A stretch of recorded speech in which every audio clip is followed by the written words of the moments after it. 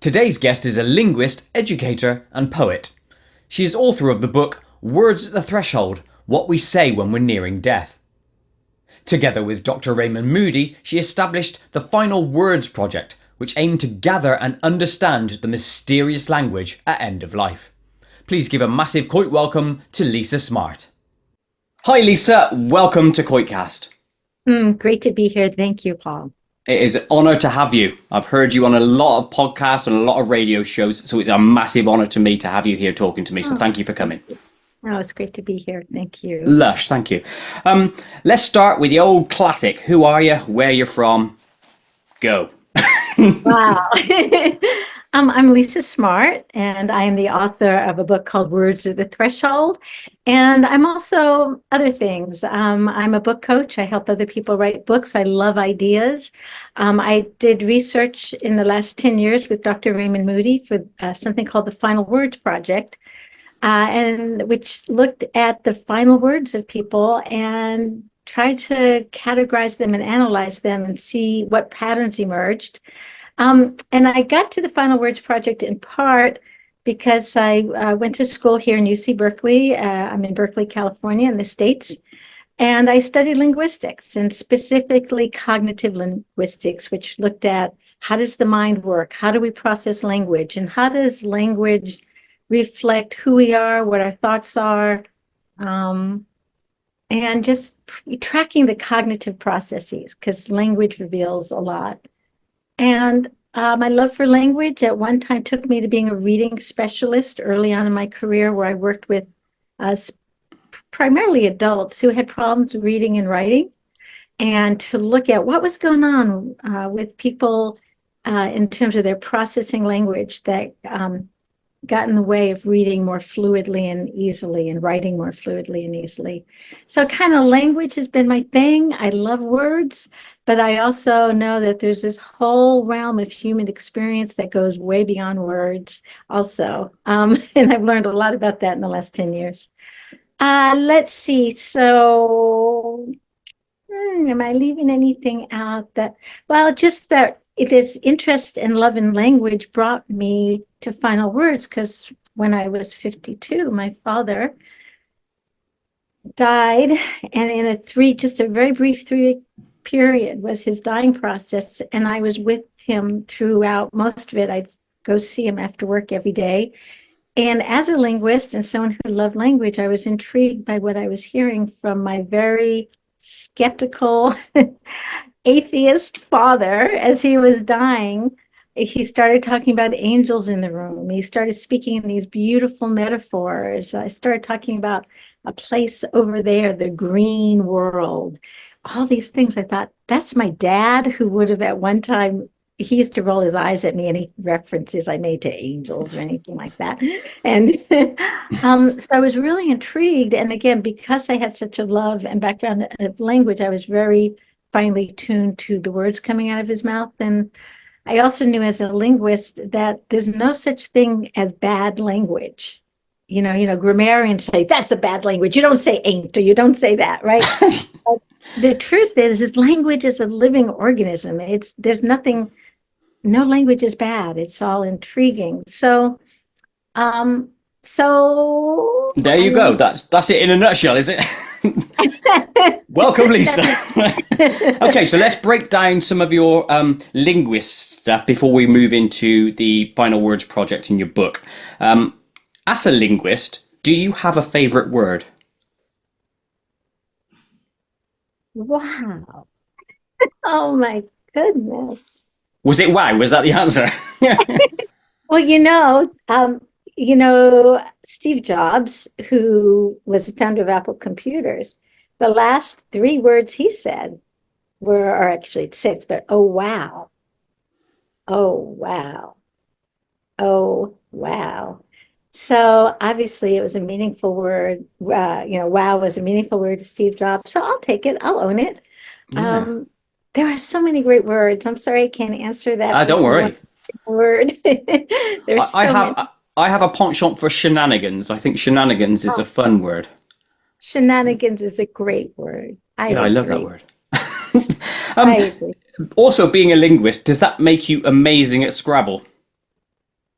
It's a very good question. My husband and I play Scrabble, and I do win most of the time, but not all the time. So, a lot of my love for languages is much about my love for how the mind works as it is for words. But yeah, I would say I'm a good Scrabble player, but I'm not phenomenal. You could probably beat me. I love playing Scrabble, and I tend to win majority of the times myself. And I don't mind if I lose, but I haven't. It's going to sound awful, but I haven't played someone that I could lose to. Do you know what? And I'm not trying to be big-headed or anything there, but Yeah. Mhm. I don't care if I win or lose. Are you challenging me? Are you challenging That's me? not a direct challenge. However, I will accept it if you want to ever play online at some stage. I know you'll beat me because you've got a linguist, probably a massive logbook of words and things. Yeah, it's very interesting though. I mean, just because you mentioned it, I'll take 1 minute. What my biggest interest in and what got me into linguistics is there was a woman named Robin Lakoff, professor at Berkeley, and her specialty was looking at the difference between men's language and women's language. And yeah, it is what I was most interested in as a linguist was how the simplest of words can uh, reveal certain relationships between people, certain structures. So, for example, this is not true anymore, but it used to be that women would more likely say things like, nice day, isn't it? Hmm. And make a question, give a declaration and ask a question. So, a lot of my interest, my vocabulary is pretty paltry. I don't have the greatest because really language is not just the long words that we say, but it's when we say them, how we say Oh, them, yeah. and how they reflect not just cognition, but social status and relationships. We can reveal a lot about power dynamics between people by how many questions someone uses. It used to be that men would interrupt women. Like, if you looked at how many times someone was interrupted, men would interrupt women a lot more than the other way around. But we're seeing that that's changing. The research shows that that's no longer true. But when people have a more dominant status with someone, you'll see more interruption, and the person who feels more submissive or subordinate will ask more questions. So the reason I'm saying this is a lot of my interest as a linguist was more, even though it seems like it's about language, it was more about how language was used and speech acts. So if you look at as people are dying, the language you see is baffling and fascinating. And the question I asked was, how is this language functioning in terms of the process that's going on right now? But my vocabulary is pretty, it's nothing to nothing to brag about. Yeah, I was going to say, I hope you were going to say like nothing to write home about. Then you need the vocabulary to do that. One more thing on the word front. Do you find certain words hard to say? As an example, I find the word brewery very hard to get out of my mouth. Brewery. Yes, as a matter of fact, you know what you're making me remember? That I Go, forgot. You're getting a true confession here. Ready? go for it. True confession. And I didn't even think about how this may have played a role in my life. I had a really bad lisp when I was little. And um, and what happened is I lived in Mexico as a kid. I was born in the Eastern United States. And we moved to Mexico. And the part of Mexico where we lived, it was very common for people, it's also common in Spain, to have the lisp thing. So when I was like 7 and 8, we came back to the States. I had to sit there and practice Sally sold the shelves at the seashore. The old one, yeah, the old classic, yeah. So at one time, very simple words were very hard for me to say, and that may have been part of what got me into linguistics was, I became aware very early that the language spoken in one country is not the same as another and how much it could impact. So anyway, that's my true Yeah, confession. no, that's I used good. to have a I very can bad list. understand now where you got that sort of like, focus from. That makes sense. Yeah, Here's yeah. here's the thing. Does this mean you have a special power so that you could go out to the shops, right, and see a couple talking, and you're reading into what they're saying. Do you find yourself doing that? Yeah, I don't know if it's a power, but it's, I guess insight is a power. And yeah, I definitely am very aware of how our language informs our relationships. And I was trained also in something called neuro-linguistic programming, which was kind of a trendy at one time, but kind of a psychological or behavioral tool. But it very much had to do with how we speak reflects how we're processing relationships and life. So, for example, something very simple, what we know is people who are very kinesthetic speak often in kinesthetic, feeling oriented predicates. So, I feel, I getcha, I grasp you, right? So, at one time, there was this research done about therapists and these effective therapists. And what they found in studying the videos of really effective therapists is that they could track how a person was processing information and then their language reflected it. So I don't know if are you familiar with some of these ideas? I'll explain everything. So for example, let's say I just don't see, and the person's eyes would go up because they're accessing visual information. I just don't see why my husband's always doing it. I just don't see it. And the therapist unconsciously would see that they were processing in a visual way, that they were actually having a picture in their mind. So when the therapist could get in rapport with the person by like, yeah, well, let's focus on that. Let's focus and take a really good look at your relationship with your husband. Then the client was like, oh, you get me. But he's You just reading understand? body language, yeah. Yeah, but and also the predicates, the language, because you're processing seeing in your mind. So the therapist is right there with you. Or if you're more like me and you're like, I just can't feel, he doesn't get me. He doesn't grasp me. He doesn't feel me. The therapist would say, I get you. I really feel what you're saying. The therapist would then walk into more kinesthetic, more feeling oriented language. And so then the client was like, wow, you get me. You feel me, brother, Yeah, And it's then, another $100 for next time, yeah. well, actually, a lot of these principles I'm talking about, and I'll tell you the last one, which is the auditory, have actually been applied to advertising. And at one time in the States, a lot of advertising, it was very transparent, especially to me, because I was trained in this, as McDonald's, for example, was talking to all the different you want maybe learning styles or processing styles. But our language really reflects what our brains are doing. So, if I said to you, hey, you know what? I just don't hear you. I don't hear you. Or you're not hearing me. You're not hearing me. If you say to me, hey, let me tune into what you're saying, I'm going to feel understood because you're using the same language and predicates. And um, so, for example, Milton Erickson, who was an incredible hypnotherapist, he could track people's processing by their language and then would get in rapport with the client. And the more you're in rapport with the client as a therapist or as an advertiser or a salesman, the more the person feels that you get them, then the more you can lead them, right? So a lot of my interest in linguistics and language has so much to do with interpersonal relationship and how language can be used both positively and negatively to influence and shape and Mold. navigate, Yeah. mold. Yeah. So yeah. Amazing. Yeah, no, I think it's a lovely social study to be involved with because you can read a lot into people and understand motives and stuff. And that's ace. Right. So you know how your eyes just looked up right then? Yeah, because that's how What I were do it. you, I think that way. yeah.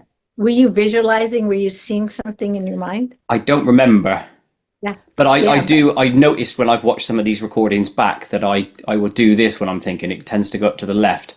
I don't know why Yeah. that is. As opposed to the right, I tend to look up to the left.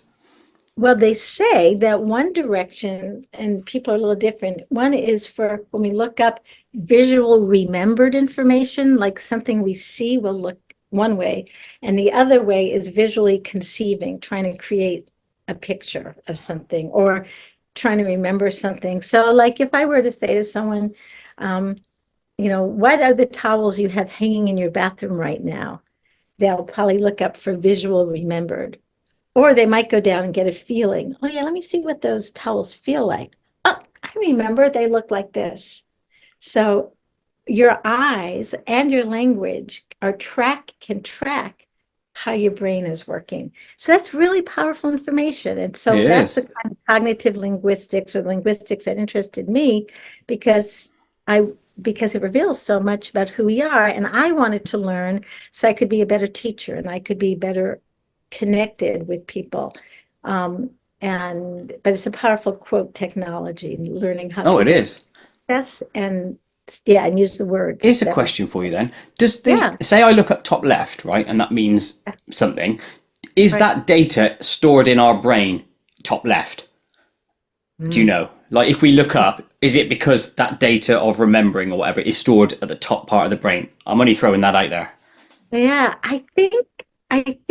no, I think it's more that we have like these visual fields. So someone who's super visual, I mean, yes and no, but it has to do with where we hold what our visual fields are. So I don't know if you've ever had this experience. I don't know how visual you are, but a lot of people who are really, well, let's say, okay, I'll ask you now. How do you spell broccoli?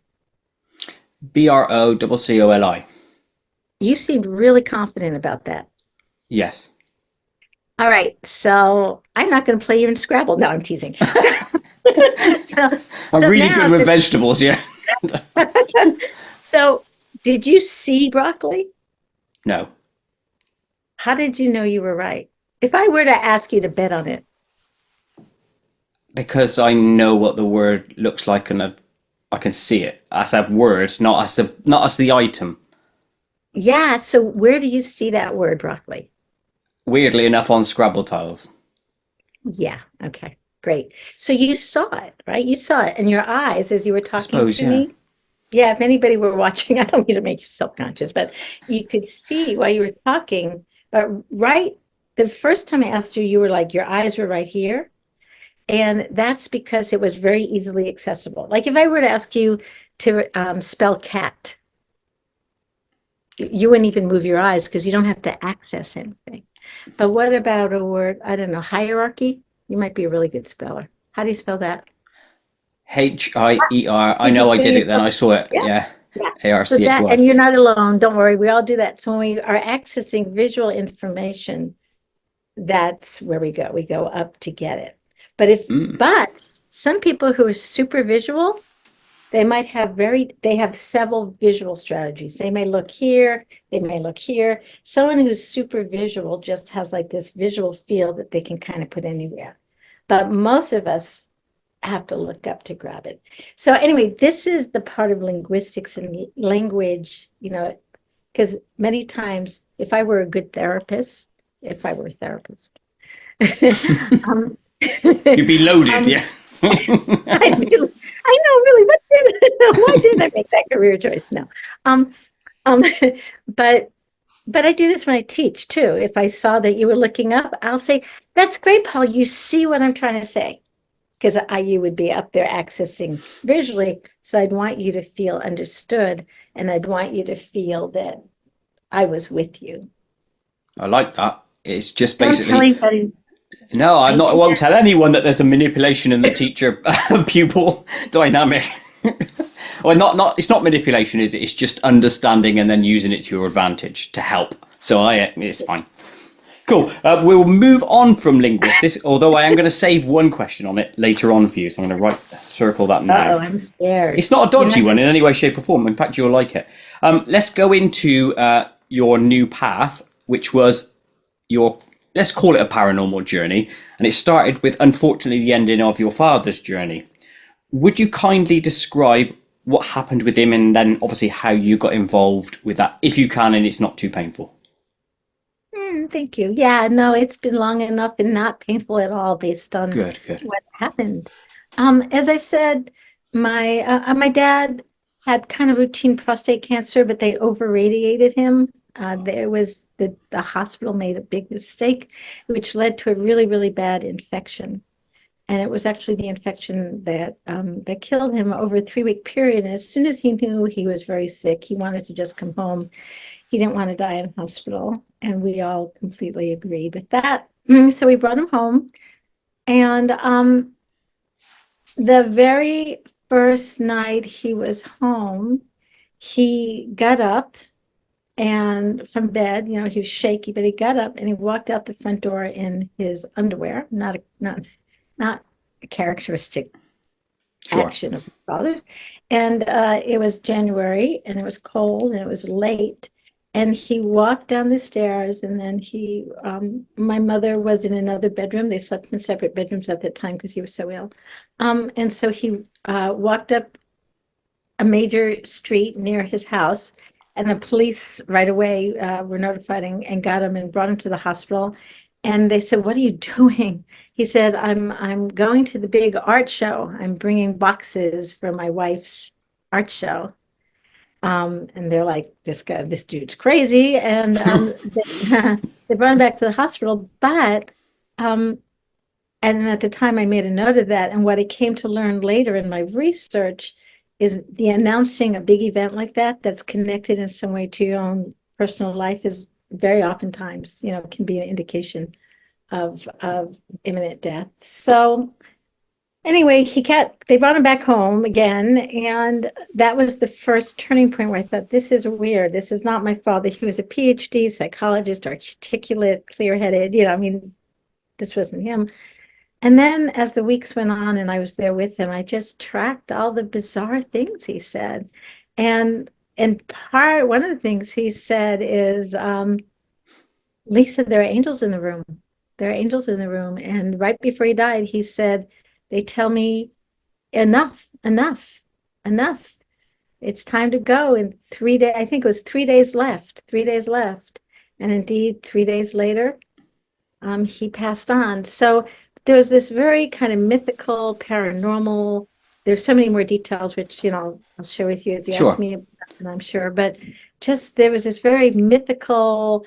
I mean, some people would be scared by it, think it's crazy, right? Because it looks on the surface, your reasonable, rational father is suddenly saying weird things about art shows to police and, all this, talking about angels. But I was intrigued because thanks to my father, he taught me to live life with intrigue and curiosity rather than fear and judgment. It was a big Amazing. lesson for my dad. Yeah. Can I ask a devil's advocacy question? Yeah. Which is to say, like when people have like water infections and stuff, a side effect is deliriousness and and hallucinations and stuff.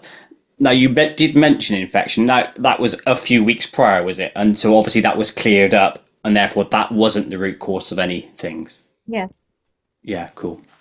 It's a great question and one of the biggest questions of the book. And when I started working with Dr. Raymond Moody, who's the man who coined the near-death experience and was also an MD and really smart dude, smart guy, I said, Raymond, what about the medical piece? I mean, the medicines.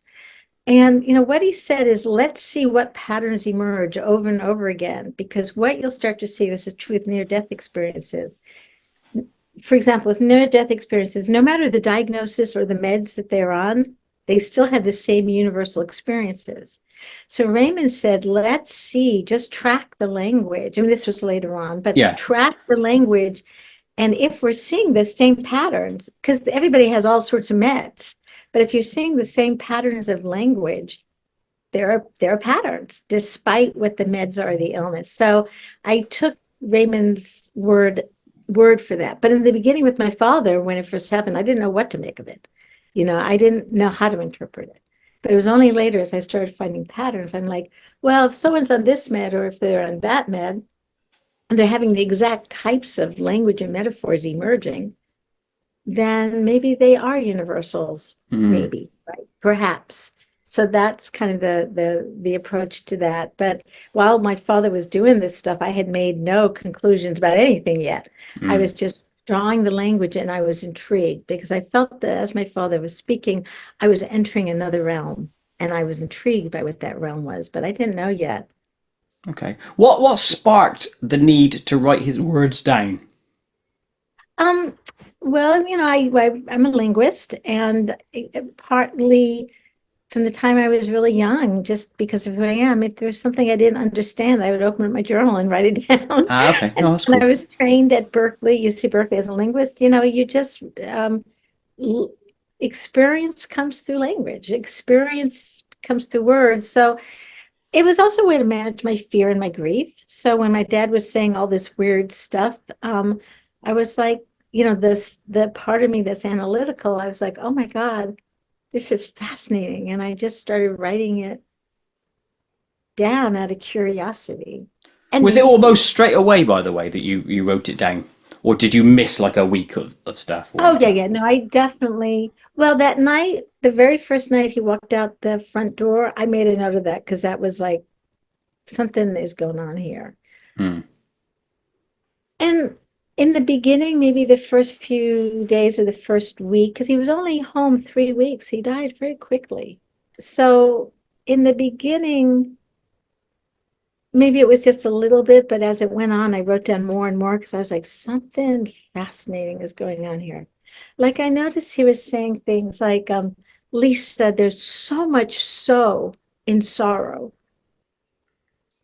Now, logically, that makes no sense, right?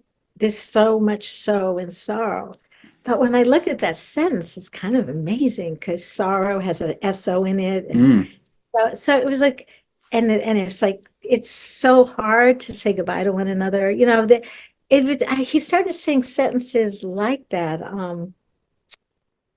God, right now I'm having trouble remembering some, but there were just these really juicy, like one day he was doing this to his side, with a pencil. And I Okay. was like, Dad, don't do that. Don't do that. And he said, well, I'm just trying to get to the other side. And at the time I said, Dad, give me that pencil, because I was like, don't hurt yourself. Yeah. But then I wrote it down. God, isn't that weird? I'm trying to get to the other side. I wonder what that is. Or one day he said to his editor, he was a writer also, and he was speaking very right before he died. He was talking to her. Her name was Alice. And he said, Alice, I've never done this before. He said, this is this is very interesting. I've never done this before. And I was really intrigued by what is the this he's talking about? Is he Hmm. dying or is he doing something else? Well, when you said that, my first thought was the dying process. Maybe Right. that was new for him as a Exactly. reincarnation person. I, I don't know. I know exactly. But I was very intrigued by that's called non-referential language when someone says this. Like, I just hate it when you do this. I just hate, this is Hmm. not clear. It's non-re you anyways.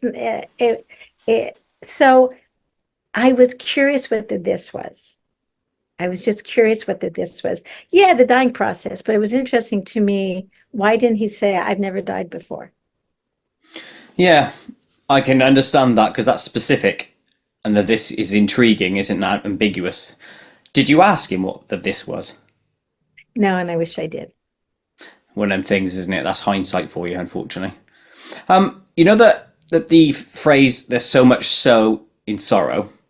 There's more to it than just that as well, and I know you'd have thought about that because obviously the word "so" SEW, you could Mm. argue that that's something there. Have we created this ourselves? That sort of angle. Had you thought about all those things? Had you? You tell me more. I ask the question, ask me more. I'm not sure I know your question. Okay, so your father said there was so much so in sorrow. So we can look at SO and say, yes, that's Hmm. part of the word sorrow. And there's so Hmm. much so, as in, oh, it is what it is, because Hmm. it's so. But there's also SEW, which is pronounced so, Hmm. as in, have we made the pain and sorrow around us through what we sown? Do you know what I mean? That sort of thing. So we've made our own destiny. I wonder if that's part of it as well. So it could be layers of a massive word cake, is what I'm getting at. Exactly. And that's why I like the words at the threshold. And the more I studied it, I guess I forgot to mention about the establishing the final words project. But after I saw my father's language, I wanted to understand, was this just my dad because of medication and being sick? Was it just, one time thing? Or is this a pattern we'd hear from other people? And so as I did the research, and I guess we've collected over 2,000 utterances now, the language is really rich. when people are dying, it's almost dreamlike and rich. And just what you said about the multi-layers of it, I love that SOW. No one's ever mentioned that. That's beautiful. So that is definitely one of the qualities of the words of the threshold. It has that multi-layered quality often, not always, but often, um, before people die. Matter of fact, I'm thinking about my mother who passed on a year and a half ago. And she had a more protracted dying process, and it was more complicated in certain ways. But one day she said to me, my mother was also an atheist. And I had well, I'll tell you two things about it. So as she was dying, one of the things she said to me, she said, Lisa, I met God. And I'm like, that's awesome, Mom. Mm. Tell me about him. She said his name is Herb. What a great name for God. I Did he said, choose it Mom, himself or what? I said, Mom, that's amazing. That's amazing. And I was recently divorced. At the time, my ex-husband had very unexpectedly walked out on me. So, she was feeling concerned about me. And so I said, well, did Herb tell you anything about, oh no, she said, "Yeah, anything I need to know?" She said, yes. Herb said, you need to marinate. You need to marinate, and then you're going to find someone wonderful. You just need to marinate a little more, right? So, and it turned out to be true. I just met someone just got married to. He's wonderful, blah, blah, blah. But then I think like herb, like you marinate things Oh, in I see. herb, Yeah, is yeah. there a connection? Then a friend of mine who's into like Rastafari and stuff, he's like, yeah, man, you're like herb is, herb is God, Jaman, so there are a lot of multi-layers, but for my mother, it seemed so authentic. And she's like, he wore like a little yellow sweater like your father. And he called me Susala. And I'm like, oh, so, but that experience of talking to my mom, if I hadn't done the final words work, I might have been like, whatever, Mom. Mm. I would have like been dismissive, but because of all the final words work, I just kind of stepped into it, and it was so magical and kind of like Herb. And now when I'm having a hard day, I'll be like, hey, Herb, I need And a little help down here. and did you marinate? How did you marinate? I think I marinated by growing and becoming a better person. And then, I don't know, I met this guy online, and 6 weeks later, he came out here, And now he's and growing the herb with you. Yeah. now we're married. I mean, it's really kind of a crazy story. I don't know if I might as well say it. I Yeah, mean, go for it. my mother was dying. She told me I needed to marinate a little longer. And then during this time, I just met this man online, and he came out here to see me in person. After 6 weeks, we had this great email correspondence, and he came out here, and my mother was dying, and she liked him right away. And so one day, after he'd only been here a couple weeks, he stayed actually a couple weeks. She said, "I like this guy. I like this guy. He's got a pension." He's got a pension, did you say? Yeah, he's New York Police Department retired. Ah. He's NYPD. He's got a pension. He's a musician. He's an artist. But he's handy around the house. And he was with me in the room at that. He's handy. He can fix things because he was going around fixing things while she was, dying in the other room. And she said, you should marry him. And this guy said, your mother's right. You should marry me. And right there, he got down on his hands and knees, and he said, will you marry me, Lisa? And Whoa. so anyway, and I said, yes. Okay, what the hell? And so I married him. And then what happened is we had a wedding soon after. And partly I did this because my mother had been really ill for a couple of years, and I felt it might make her feel better knowing I was cared for because I was an only child and so forth. So we actually had a little wedding ceremony near the deathbed. That night after the wedding, she had the stroke that ended up killing her about a week later. So it was a really remarkable series of events to me. Um, anyway, New Yeah, York Times, meaning right? she got to see the wedding. Yeah, no, I get it. That's Yeah, good. It's it was not really a big event remarkable. in your life isn't missed. Yeah, and that she could find comfort in knowing that I was going to be cared for by this man. It was just such an amazing series of synchronicities. Actually, the New York Times wrote an article about it. Oh, amazing. But anyway, it was just magical. And so I guess part of what my point is had, this whole thing about herb and marinating. She was like, it's going to take a little longer. You're going to meet someone, but it's going to take a little longer. Just wait. But marinating that's like a metaphor, right? That's not real language. But she was working in metaphors. And one of the things that I found out, and this is also documented in another book by two wonderful hospice nurses called Final Gifts, is the language of the threshold and of dying is incredibly metaphorical and rich. Here's a couple of quick questions for you, and then I want to mention something that's quite throwaway, but you'll understand why in a sec. When she says you're going to meet someone soon, do you think that's her accessing the reality of you are going to meet someone, or was it a hopeful comment?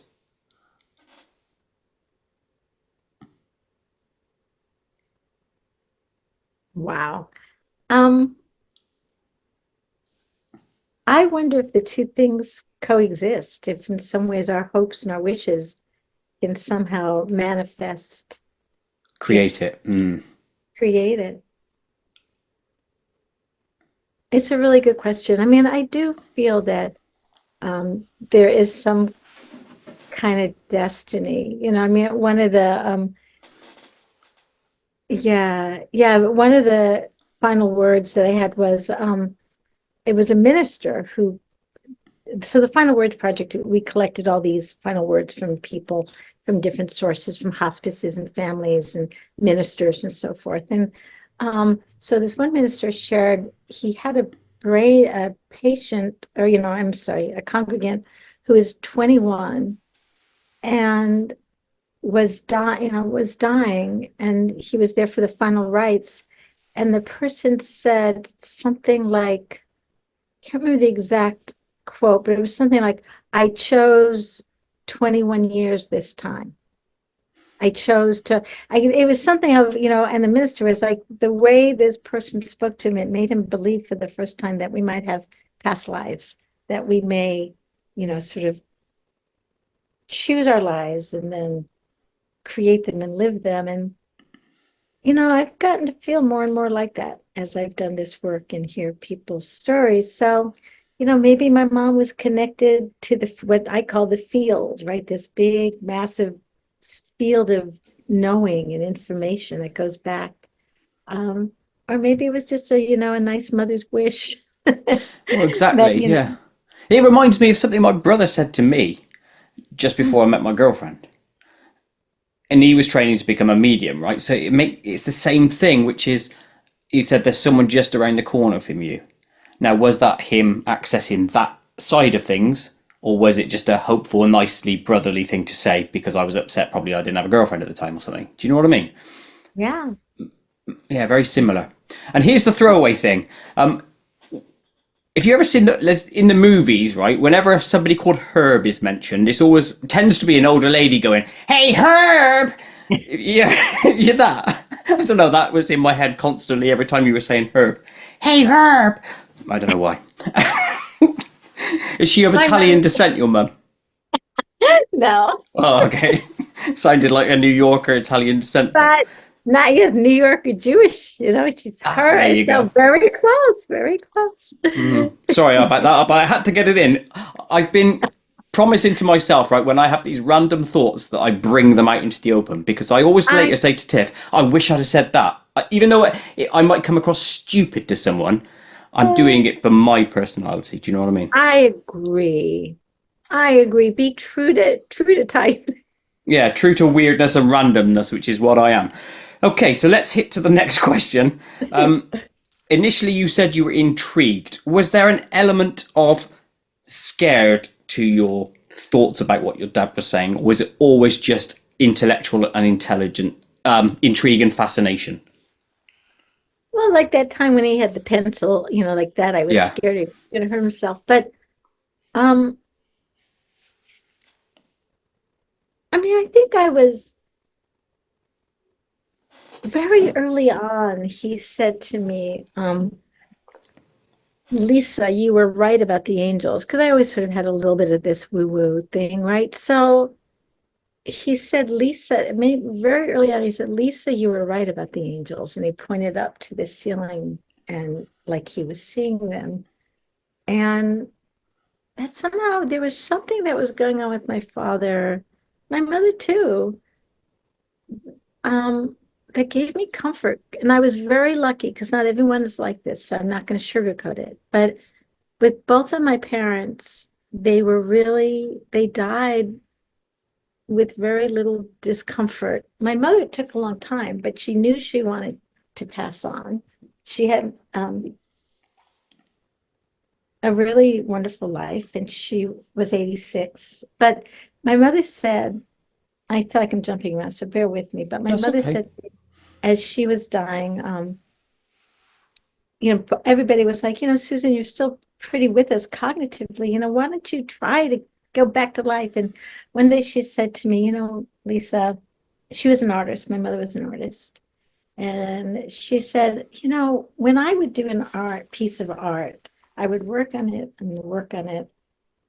And then there was a point when I just knew it was done. It was just complete. And she said, my life has been a masterpiece. I've had and it was true. She had an amazing life. I've had a beautiful life and I just know it's done. And what she wanted, I don't know how it is, in the United Kingdom, but um, in the States, you can take a pill, at the end of your life, if you feel, assisted suicide, but Mm. you have to go through a review board. You have to do all this stuff. And she was begging them. She's like, because she was just lying in bed, she couldn't do anything. And it was almost a 2-year period where she was just done. And she asked and begged for them, and they felt that she was too healthy still. And it was a really, but her sense of completion, because, talking about past lives and what this lifetime is about. Like, I know very much my life is not complete. I just know it. I know it. I know I've got some more work to do. But she was so clear she was done. And, I it was a really hard thing to hear her suffering because she was so ready to just, and it literally cost hundreds of thousands of dollars to keep her. I mean, she wanted to die at home. And it was very expensive to have, I did a lot of caregiving, but we brought someone else in. And, she saw the money disappearing. She wished that the money would go to her granddaughter and me. And, she's like, this is crazy. What a waste. I've done Mm. my life. And it was a very powerful and poignant conversation we had often, she and I, about, you know, should it Finishing. be Yeah. about finishing? Should people have the right to just say, look, I'm 86. I've done my work. I don't want to trouble anybody. I'm very at peace. I'm ready to go. I I'm don't with know. you on that train. And in fact, it's a big discussion in England at the moment because I think I was on the news today about Isle of Man is going to be one of the first locations in the UK that actually is bringing a bill to their parliament to actually make it law that it's legal, because it's not legal in the UK. So we have to go to Switzerland or anything like that if you want to do it. And even then there's hoops to go through, etc. So yeah. Yeah, I think we know, I think we know, I think we know. Not, I mean, there are exceptions, I guess, but I'm anyway. with you. I'm with you. I put a lot of weight on the knowing. Mm. There are times when I know things, even though I have no data, but I know it. It's weird. But yeah, hey, that's part of our life. I want to touch on that angels topic that you were talking about. Obviously, your dad had mentioned 3 days left now, or they told him 3 days left now. What questions did this throw up for you? Like, who are the angels and that sort of thing? Yeah. Oh, I definitely was wondering about the angels, especially for my father. He was a total skeptic. I wrote in my book that he used to say that he was a gastronomical Jew. That meant like to him, God was like a corned beef sandwich, a soda on the side. Like that's divine intervention is dinner. He That was touched that every day. my. So so to have someone like that, would have been one thing if I talk about angels when I'm dying. I'll be like, oh God, there's my mother. She did that research with Raymond Moody. Oh, yeah. But to hear my father and my mother both, but especially my father, talk that way it was just kind of stunning. And the other experience I had, which Raymond Moody talks about, and I learned about later, is the shared death experience. So what happened is I was in my home in Napa, and he was in Berkeley, just an hour drive away. And I woke up at 3:15 in the morning. I looked at the clock and I said to my husband or my ex-husband, I feel like there are presences or something. You know that feeling when you're in a room and it feels like there are other people in the room with you? That was how I felt. I felt like the room was full of people. I'm like, I wonder what's going on here. Maybe my dad's dying or something. And my husband's like, just go back to sleep. You'll find out tomorrow. I'm like, okay. But I remember the clock, 3:15, digital clock flashing.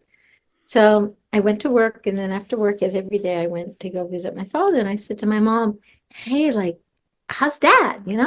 She said, well, it was really weird. At 3:15 in the morning, he woke up and he said, oh my God, who are all these people in the room with me? Who are all these people? You Mm. I can you please tell him? I forget the exact words and I have it in the book, but just tell him who are all these people? So there's been David Kessler wrote this book about how oftentimes when people are dying, and you hear it from hospice nurses too, that when people are dying, they start talking about their rooms being crowded with all these people, and they start seeing people who were predeceased, who died before them, or angels. They just start seeing all these things in their rooms, as they're as they're dying. So, of course, I didn't know that when my father said that, but it really intrigued me. And as I'd done research in the field and started talking to doctors and hospice nurses and collecting the data, I was really stunned by this experience of having the rooms filled with people that are not seen by the ordinary eye, right? These unseen, but I had this experience, this shared experience, 60 miles away in the middle of the night of feeling a crowded room. So, those things to me are really, really compelling and intriguing. Oh, highly. How would that happen to you and over there at the same time? There's a link. Somehow Yeah. we need to understand it somehow. It's a very strange thing. Do you think the angels are real angels, or are they screen images of something else? Have you pondered Mm, that? mm. I've never pondered that, but I'm inclined to think screen images or something else. Because different people will see different things. For example, someone might see Jesus if they come from a cultural background. Someone else may see the Buddha. Someone else may see a rainbows, or something else. But they Yeah, yeah. all use a divine presence, but they might see it in a different way. Now, it does seem to be relatively universal with near-death experiences that people see a light, like a radiant Mm. light. But the way people come in might be the screen appearances. So what I mean is that the light might be the kernel, the universal kernel, but how it comes and appears and how people imagine God or experience what I call God um, is different. But you have people who are atheists who had near-death experiences, and they're like, well, I did see this guy sitting on a throne with long hair and a scepter, but but I saw light. I saw a light, and that's universal. But yeah, my father's angels, who knows? He didn't, I wish now I knew what I know now when my father was dying. And for anyone who's listening or seeing this, I'm going to really encourage them to not be afraid, if possible, when their loved one is dying, and ask those questions that maybe I didn't ask, with a sense of curiosity and kind of sacred um, what's the word? Sacred openness, sacred honoring, because so many things I wish I asked my father, and I did ask my mom more. I mean, she and I had many more talks, like Herb. And I wish I asked her a little bit. I did. I said, "What did he look like?" Well, he looked like your father. Yeah. And I said, "You wore yellow." Oh, she said, "Yeah, he was wearing a mustard-colored sweater." God would wear that colour. It suits him, brings out his eyes. Um, Here's the thing then, right? Your father, you mentioned, was an atheist. How did he reconcile, or did he reconcile, that atheist side of him versus then suddenly saying, oh, there are angels? Did he say, oh, you were right? What was going on there? Well, he did early on say, "Lisa, you were right about the Oh, yes, angels." sorry, you did say actually, yeah. Yeah, yeah, yeah. But as the time went on, it's more like the way I've experienced with him, with my mother, and witnessing with the other people. It's like people almost enter into another realm. You know how when you're dreaming and you're in this kind of dream state, it's almost like you're thinking with a different part of your brain or a different part of yourself. So he just seemed to start entering the realm of the angels and stop questioning what it Oh, I see. was. His Yeah. analytical, in my book, I talk about this, that it appears to me that that kind of left brain that we call left brain, it's much more complicated, but that part of us is analytical on stuff. It seems that those brain functions become less pronounced and less uh, engaged. And that more like right brain, like music becomes more important and images and, Can I ask a question here? Do we yeah, know that it is that getting less, or do we know it's the other thing getting louder? great question. The only reason we could maybe say less is that people operationally aren't doing as much. If I had asked my dad to calculate the taxes or something or analyze nuclear, if I was Yeah, to yeah. ask a very analytical task, it probably would have been really challenging for him in those last three Yeah, that weeks. makes sense. So it is Yeah. less there then. So we can't prove it one way or the other, but we know it's likely to be the less side of things. Yeah. Yeah, that makes Yeah. sense. It reminds me as well, this whole end of life and then touching on the other side sort of thing, with the early memories of what you would conceive of as the reincarnated children. You know, Mm. you come in, there's that connection, and it seems to wane towards the end of our life. It's not there, and then it brings in to the other side. So very similar, but like two opposite ends. Do you know what I mean? Anyway, Absolutely. let's Absolutely. touch. And Go oh, on. sorry. No. You carry on. You had a thought. Well, there's this, I also talk about this in the book, but there were some therapists and researchers who looked at the communication between parents and children. And, parents and children, not always, but often have almost a psychic kind of communication, especially not to be sexist, but often mothers, just because, our bodies, we're the ones who are so closely attuned to the kid. And that kind of nonverbal communication that seems very prevalent and strong. And also, as many times we have it with animals, like our pets and stuff. If we're really connected to our pets, oftentimes know what our moods are and so forth. But with our on children, oftentimes we're very connected. And it seems at end of life, that same part of us, that more intuitive and nonverbal part. Evan Alexander, he wrote this book called Proof of Heaven, and he had this really remarkable near-death experience. And he was a neurosurgeon. I mean, this was no weirdo, foo-foo kind of guy. This was a very analytical guy. But he described when he had his near-death experience that it was non-linguistic communication, meaning it was communication without language or words. And I think at the beginning of life and then again at end of life, that aspect is more prominent, like you were saying. And maybe as we come into life and as we leave, we go back to something that's not really verbal, another kind of communication. It makes you think, then, doesn't it, that our real language isn't language via verbal. It is, I don't know, let's just call it the pictures and the metaphors. And then this is just a temporary state. I love thinking about that, but you end up blowing your own mind, so you you kind of have to give up on it after a while. Green dimension, you mentioned that earlier. What Uh, have you pondered that to be? Because I've never heard that before. Green dimension. yeah, no, I haven't heard it, but I also did hear from people who were dying, describing really lush and beautiful landscapes that they were seeing, or people have had near-death experiences say it's the colors are more, they're more vivid than in real life. It's more real. So, there some people really describe this altered state being incredibly lush, and my father really described what he was seeing as having just incredible lushness, and richness. My mom didn't have that. She didn't when she described as she was dying. Um, but also it was just very weird too, because right after my dad died, I was looking for a house to buy at this time. And I landed up finding a house on Greencrest Drive. And it just coincidentally, the house that I found.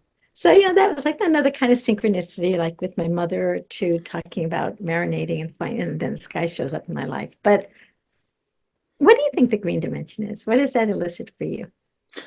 Well, I went to the same conclusion you did, which is the vibrant colours that people seem to mention, and then you think, actually, somebody else spoke to me about this. It was a lucid dreaming expert, Robert Wagner. He was talking about the blue dimension that he'd gone to. So, yes, just sort of sparked that out onto me, actually. So you wonder then if there are levels or planes of existence that are a solid colour. Is there a red dimension, a green, and a blue that make up the visuals? I don't know. Ah, I don't know what it is, but hey ho. Right, let's come to other things. What were some of the other phrases that stuck out to you, if you remember them, from what your dad had said? from what my dad said. Um, uh, my modality is broken. My modality, tell Jack my modality is broken. So he had a really good friend named Jack who had passed away before him. And he kept saying, tell Jack my modality is broken. My modality is broken. And it was like he was talking about a modem because he was talking. Oh, he said, tell him the internet, the connection, not internet, but the connection's not good right now. My modality is broken. And I was like, wow, that's deep. That is fascinating. Does that mean he was talking to his passed on friend Jack, and then it got disconnected somehow because he sort of like returned back to lucidity or something? Possibly because, who knows what was going on? Again, that's Mm. where when all this was going on, I had no idea I was going to be doing a book on final words. I was at the time a reading teacher. I was teaching reading, right, to adults. So, and anyway, I was working with dyslexic adults at the time and running a literacy program. So I didn't think, so my dad was saying stuff and I was writing it down, but I had no idea. I wish, like I'm repeating myself, but I wish I knew that, I wish I'd asked more questions. Um, let's think of it. It has been a while since I've thought about this. What are some other things? Oh gosh, I'm Don't worry if you're blanking. It's okay. We can come back to it. rambling. No doubt it'll come back to you because things Yeah, have a it'll habit come of back. doing that. Yeah. Were there many things that were unintelligible, or was it always coherent sentences and words, or was it Oh just no, there was randoms? oh no, there were a lot of unintelligible. Let me think. Oh, I'm really embarrassed that I'm sorry, Paul. You don't need to be embarrassed if it's been a long time ago. That is what It's it been a is. long time. Well, the modality, I remember this one. He was like, Lisa, introductory offer. Introductory offer. Store is closing, something like this. Store is closing. Introductory offer. The store is closing. And I remember like, that's so fascinating because it's paradoxical, right? It's an Yeah. introductory offer, but the store is closing. So that sentence really intrigued me. And then as I came to do more research with final words, it wasn't uncommon to see like paradoxical phrases that they showed up a lot. And we know with near-death experiencers, they have these really strange paradoxical sentences, like, I've never felt as alive as when I was dead. right? People who have near-death experiences say these really weird things that on the surface, like, what the heck? You've never been as alive as when you were dead. So, my father said these things like that. Introductory offer, stores closing, and it intrigued me because I thought, because I had so much faith that somehow language reflects something about our cognition, just based on my earlier work and career and stuff. I thought, I wonder what that means, something paradoxical. And then as I worked with Dr. Moody, after my father passed on and I got connected with Raymond, I was like, that's so interesting that seems to be in the near-death experience language too. We here's just people would say things like, oh yeah, when I died, it felt like 1 second, but also an eternity at the same time. You'd start seeing these juxtapositions of these two different things being so it was intriguing, right? I was intriguing. So that's, yeah. Highly intriguing. If I was in your position, and I know you would have done this as an analytical mind anyway, you'd want to understand exactly what it means. But it's also frustrating because you'll never get to know exactly what it means because you're not in your dad's head or the other people who are passing on their head. But it would frustrate me a bit, if I'm honest, but also Yeah. intrigue highly. Yeah, well, that's why I ended up doing the research. Like at one point, my dad said to me, Lisa, there are interim spaces of poems. I was like, oh, what do you mean, Dad? Yeah. And that's when he said, there is so much sin and sorrow, right? There are interim spaces of poems. And then so, and part of what I've come to think about is I've worked with other people who've looked at their loved ones' language and some of it being kind of perplexing or puzzling, is that it's almost like a Rorschach test, it allows us to see ourselves and, we're going to see what we need to see in it. Do you know what I mean? I do. I do. It's almost where, yeah. I liken it to the lyrics of a song then, right? Where you might Yeah. take one thing from it that means something I, pertinent to you. Somebody else might take something different. Is it that? I like that. I think that's a really good analogy. Hmm. And music and the lyrics often that go together in a good song, they do have multiple meanings. And that was the other thing that I really learned, and Raymond, Dr. Moody really helped me with this, is that in literal language, here is a cup of tea. There's one meaning associated with one object, right? Cup of tea, I mean, cup, cup is a cup. But as you get farther away from literal language into metaphorical language and then into nonsensical language, you have more meaning. So, for example, this is a cup of tea, right? Hmm. Pretty straightforward, kind of one-to-one correspondence. But then, in metaphor, you could say she has a heart of gold, right? Well, that is not if you go in here, believe me, this heart is not made out of gold. I I heard might it's be black, deep black. right. Let's get no. But of course, most hearts are not out of, it's not a literal thing. It's farther Mm. from literal truth. But we can still make a meaning that makes sense to us, right? She's a good person. But then I might say my heart is a fluttering flamenco dancer, and then I don't know, two shoes rocking on the sky. I could just go all off into nonsense. So as we get closer to nonsense, we have more multiple meanings or something, right? Because it's Yeah, not makes sense. the one. So, the words of the threshold, you have more multiple meanings. And Raymond talks about that that's really common when you start moving into altered consciousness, of course, but sometimes you have this playing around with meaning and literal sense as a way to alter consciousness. You'll see spells or, yeah, prayers or incantations. Will sometimes have this really nonsensical language because it breaks our sense of literal reality and what we know to be so, and kind of takes us to another consciousness, right? Like, abracadabra. Yeah, yeah, I know you what you mean. yeah, and that Raymond feels that nonsensical language is very much part of being human and that we see it more in states of altered consciousness and as, and shift. So, And then when it branches into that territory, then that means it's harder for you to decipher the intention of the person saying it. Which leads into my next question directly, which is, were there any phrases that were cogent that your dad said, but you haven't discovered what their meaning is yet? mm.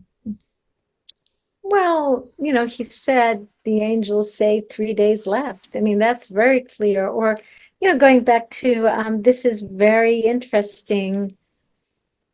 I don't know what he was referring to with the dying process. I've never done this before, Yeah. but cogent that I still don't know. Well, he talked about being in the green dimension, and he said it pretty clear. I mean, I don't know if that's coherent in That is, terms of, yeah, yeah. yeah. Let me think if there's anything. Oh, something he taught. Oh, I remember. I forgot about this too. He talked.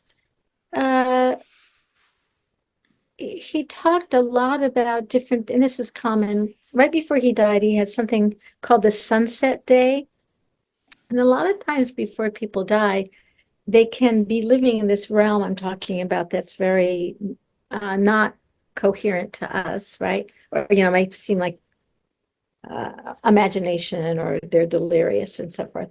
But it's not uncommon for people to have a day very soon before they die where suddenly they have this lucidity come back. And to me, that's another thing that was so fascinating about this study of final words, because how does that happen? How does it happen? Right before you die, you get so much lucidity. So in my father's case, the most lucid day he had was maybe about 4 or 5 days before he died. And he said, "Oh, Lisa, could you make me some of your pot roast? Because I'd love to cook, and your that upside down pineapple cake." So I cooked all day for him and did that. And then he's just started talking to me about different people in the family, about my daughter. He wanted me to encourage her to play more guitar and be more musical. And then he talked about my aunt. This is so fascinating because I haven't really talked about this with him before. But he talked about my aunt, and she was ill at the time, and he was talking about he didn't think she had much time left, and he was right. And none of us knew how sick she was. She had cancer, and he said, her kid. I mean, he really went on talking about things very lucidly. And then the next day he was lost again and being less coherent. And so I had one of the people from the Final Words Project gave me this story where his mother had Alzheimer's and for many years was not very, sometimes when someone has really bad Alzheimer's, they're not very coherent. And he hadn't had a real conversation with her in years. And then suddenly out of nowhere, I think it was 3 days before she died, she said, "Hey, John, listen, all my financial files are in the bottom drawer in my study. They're all there so you can, deal with my death easily and everything's all there." And she was absolutely, that's exact. He found them there. Mm. And then again, she got lost in kind of a lack of coherency again. I think she was even like semi-comatose towards the end. And so this coming out with this lucidity at the very end happens. Not always, but it does. And it's kind of magical. So with my father, yeah, that whole day he was very like talking about family members, telling me what he wanted to eat. And like he hadn't been able to eat for most of the time that he was dying. And then this one day, he He ate ate pot roast. everything. Yeah. And there were several stories, a lot of, well, several at least stories of people. One guy, the father wanted to have a beer. Yeah, he said, "Take me out onto the balcony. I want a couple beers." And here was a guy who was like very ill. He couldn't eat at all. And suddenly, so it's really fascinating. But for me, it's one of the arguments for the existence of consciousness, because technically, medically, the person's brain should be totally, you know, Mm. um, destroyed, for lack of another word. I mean, you're dying and you're not thinking clearly anymore, and you're not but then suddenly you can tell your child where the files are and remember. So how does that happen? How does that happen? And oftentimes when people have this terminal lucidity, the things they're talking about have to do with forgiveness, or one case, one person, her father-in-law was like very critical of her and said not nice things about her, especially at the way she looked. And right before he died, he was like, "Oh my God, I never realized how beautiful you are." And this was during his window of terminal lucidity where he was talking. He said, "Oh, I'm so sorry. I'm so sorry I said all those horrible things to you." So, it's very mysterious. And some people just get very quiet before they die. I don't want to, again, sugarcoat it. It's not all magical for everyone. But I think if we walk into the experience with our eyes wide open and our hearts wide open, instead of afraid or thinking the person's crazy or it's just the medicines, if we really listen carefully, we're going to hear a lot of jewels and be able to engage in some really meaningful conversations with people. That terminal lucidity window, let's call it a window, how prevalent is it from the research you did as part of your project? Are we talking 75%, 50, 40? Is it large, small? Mm. This is not scientific. I'm going totally intuitively. It's probably around 30%, 25 to 30. It's hard though, because those are samples that came to me where people are, but the one I remember really strongly is someone's, I think it was their parent, was totally out, in a coma. Person gets up and says, "It's not what you think," and goes back into and there's that remember that non-referential what's the what is the person talking about? So, I mean, those kinds of stories are so stunning. And the one I told you about the financials, that was the most stunning story. I mean, they were not all like that. The lucidity can be very brief, like it's not what you think. And you believe it or not, terminal lucidity is still, there hasn't been that book, the terminal lucidity book. There are some researchers, and I think very soon or just recently, a book will be or has been published because I was doing some work with some of the people who are writing about it. So I think we're going to see more about it. There's some pretty remarkable stories, but it's not, it's not 100% by a long shot. I mean, You just reminded me, actually. Is it Rupert Shield or Robert Shield writing it? Is that it? Yeah. Yeah, I know No, somebody had recommended him to me before on that subject. Yeah. Yeah, definitely. He's wonderful. I'm uh I'm embarrassed. I don't want to say the name wrong. There are two people who are doing research right now in terminal lucidity, but Paul Perry, who's also written a lot of books with Raymond, he's done a lot of research on terminal lucidity. And in the recent book, I think it's in Proof, that Paul just published with Raymond, I think there's some about terminal lucidity. It's a really rich area. And if I were in a position right now, to do more research, that's an area that really interests me. It's really magical. It is. Pretty It's fascinating. remarkable. I can see why you wanted to do the Final Words project to begin with anyway, because it opens so many questions and that mystery, especially someone like you said at the beginning, you are a curious person. It's that thread that you have to pull, isn't it? Mhm. That's what I'd Yeah, say. it's really Let's talk about your Final Words project then. Obviously, you've gone through the process with your father. What was the link directly to the Final Words project itself? When did it start? What were your aims, etc., when you set it up?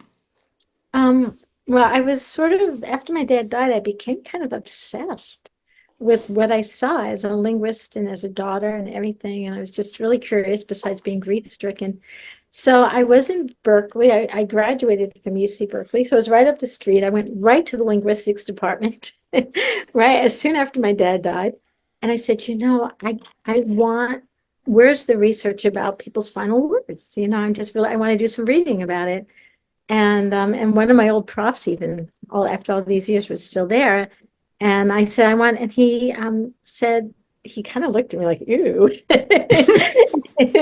And he said, there really isn't much written about it. I said, I can't believe it. We have like so much material about how people acquire language, but there seems to be these kind of unraveling as we die. Why haven't we studied it more? And like he said, there's a lot of the ethical issues. There's a lot of problems. Are you just, are you just going to put tape recorders at people's bedsides, and is that ethical and stuff? So he said it just hasn't been done. And I'm like, it's got to be done.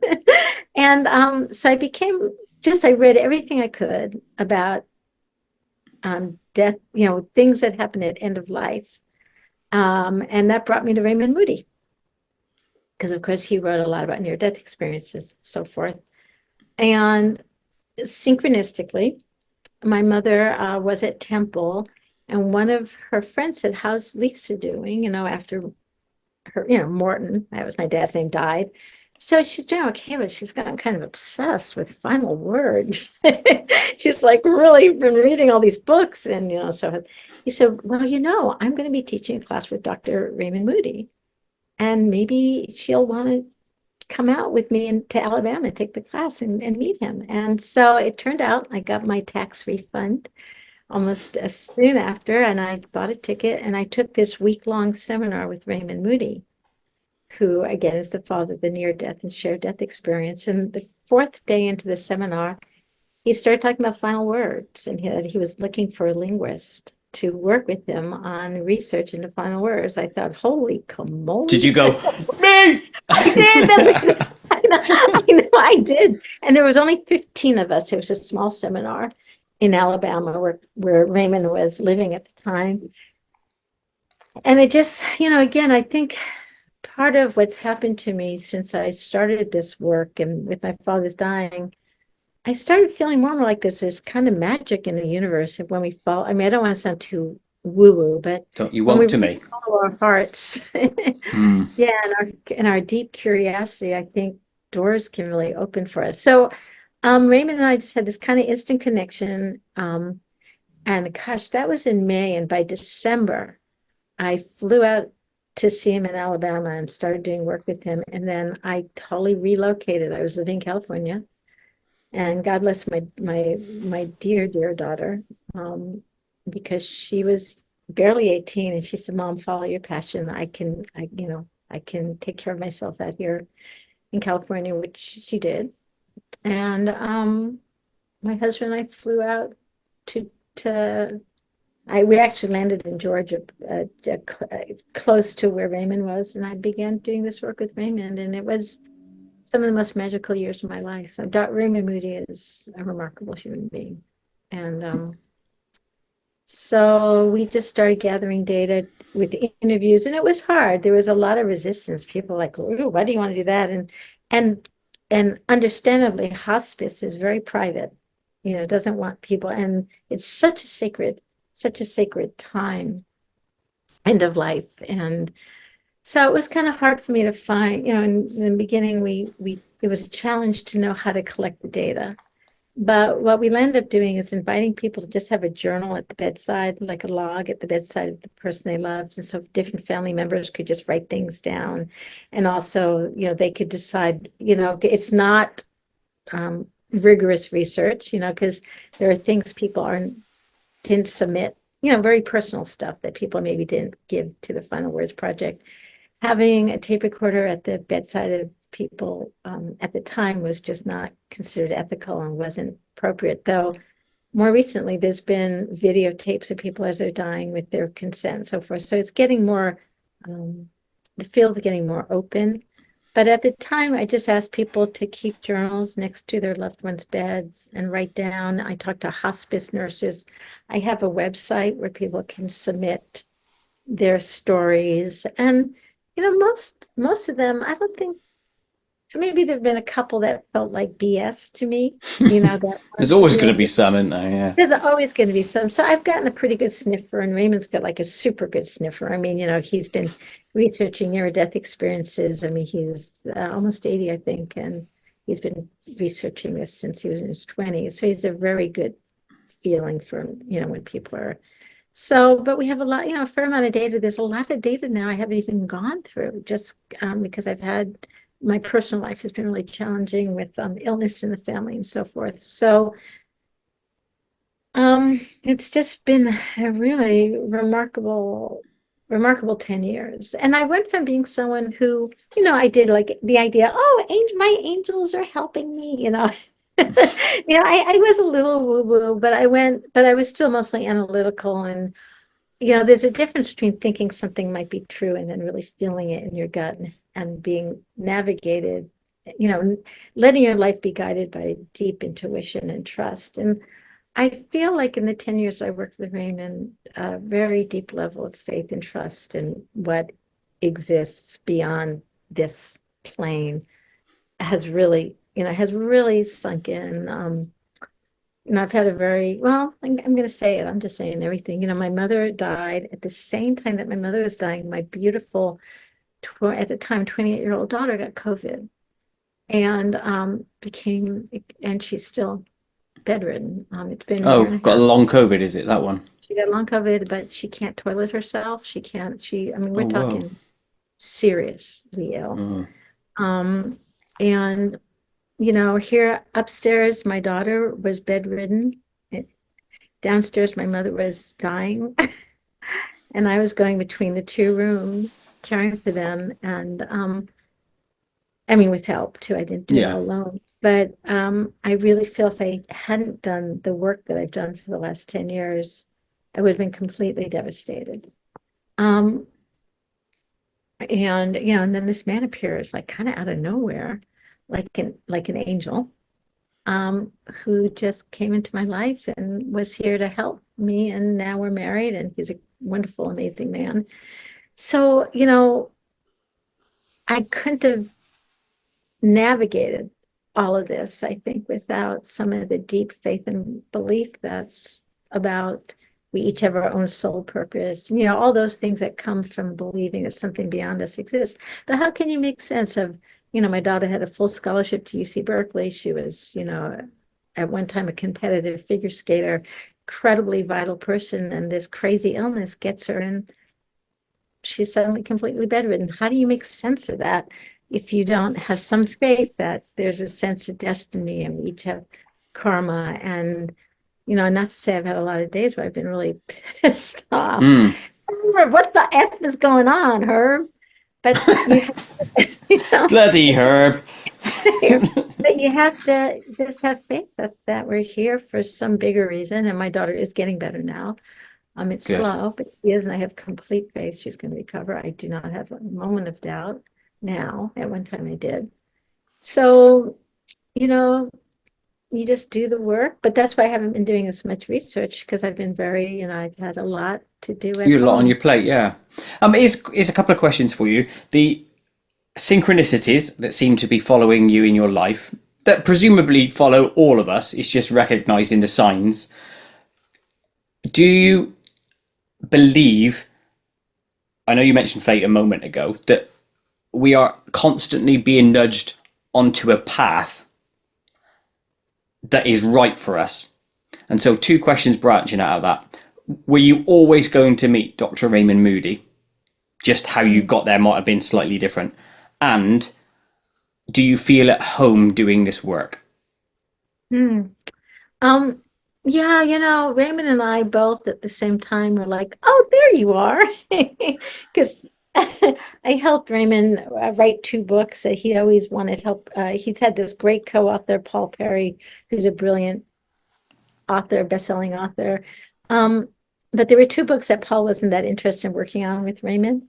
And it was almost like we recognized, it was a really bizarre sense of recognition when we met. And with my husband, I mean, we corresponded, you know, it was a total of 6 weeks before we, you know, a very short period of time, before we really knew that we were meant for each other. And how does that happen? There's that sense of knowing.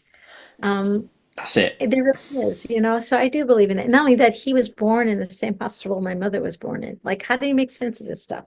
So you know, it does seem that way to me, but I also believe that there's a sense of like co-creation, that we do have a destiny and that there are things we're meant to do. But I also don't feel that we're condemned to that. I feel like we're works in progress, that there's a general trajectory that we have. Um, I always knew that I was going to write. I always knew that I was going to be involved with books and language. I kind of knew that very early on. But yeah, I do. I think we have a destiny, but that we can kind of, I don't think, I think we can kind of change things too. I mean, I think that, but I do believe in the idea, everyone, the majority of people have near-death experiences come back and they say life is about two things. Life is, well, actually, they go together. One is about learning lessons, and the other is about learning to be more loving. And that our life here is about lessons of love. And it sounds awfully corny.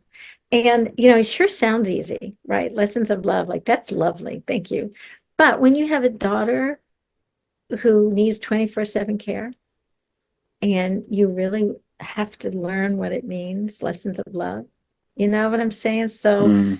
and I've got this husband who's wonderful, but he's a rock and roller. He plays rock and roll. He was at NYPD. He's one of the most intense men on the planet. Not easy to love, and I'm not easy to love either.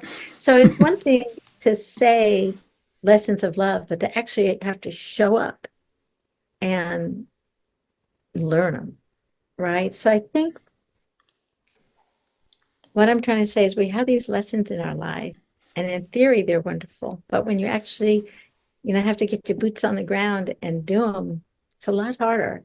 And, I spent the last 10 years researching near-death experiences and learning that love is it. Everyone comes back saying what they learned on the other side is we're here to love, we're here to have compassion. And then it sort of seemed like personally, and I'm talking very personally, that the next chapter for me was like, okay, I got to learn to love because I had a lot of, what's the word, shortcomings. There were a lot of ways I didn't know how to love. And I feel like as hard as it's been with my daughter, what's kept me going, is I'm learning how to love more deeply, including myself, which means I have a caregiver and I found ways to get money through the county. You have to, I don't you? found You can't do it all on your own. That's the you thing. can't do it all because you have to love yourself as much as you love others. But when I look at what's going on, excuse me, I'm going to preach for 1 minute, so bear with me. But when I look at what's going on, I mean, you look at the United States, kids are walking into elementary schools and shooting each other, like what is going on? And and it's really, life is hard, and even like this guy I married, this wonderful man, even on a day-to-day basis, sometimes it's really hard to get along. And this is the man I married, right? It's hard to love and at least for some of us like me, and um it's hard sometimes to love, and we have lost our ability to care and love for each other, and in the United States, it's destroyed the fabric of this country that, I don't mean to preach, but so I almost feel like long COVID and all these things is almost like the universe has thrown them onto us to like, you all have got to learn how to love again. You all got to learn to care for one another. And so anyway, that's my preaching.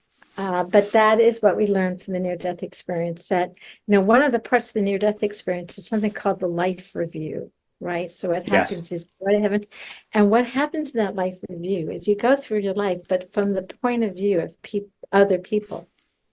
And you get to feel kinesthetically the pain other people have felt, and with my daughter, when she was growing up, I mean, I was a good mom, but certainly not a perfect one. And there were a lot of things that I did, not meaning to, that hurt her.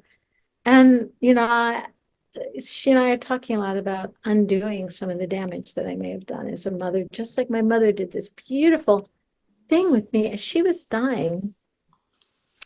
I won't go into too much detail, but there were some really awful things that happened with me as a child, like many of us as children. Childhood is a really dangerous. I'm with you on it, by the way. I know. Childhood is a pretty dangerous territory sometimes. Unfortunately, innocence in this crazy world, oftentimes is not honored as it should be. So my mother made some mistakes, just as I have, and she made some mistakes, some big ones, God bless her. And there was one day, the very last day, that we tried to do like heroic efforts to bring her back. We had the fire department come, an ambulance come to take her to the hospital, but they were fire men who came, 5 of them. And they all come rushing into the house.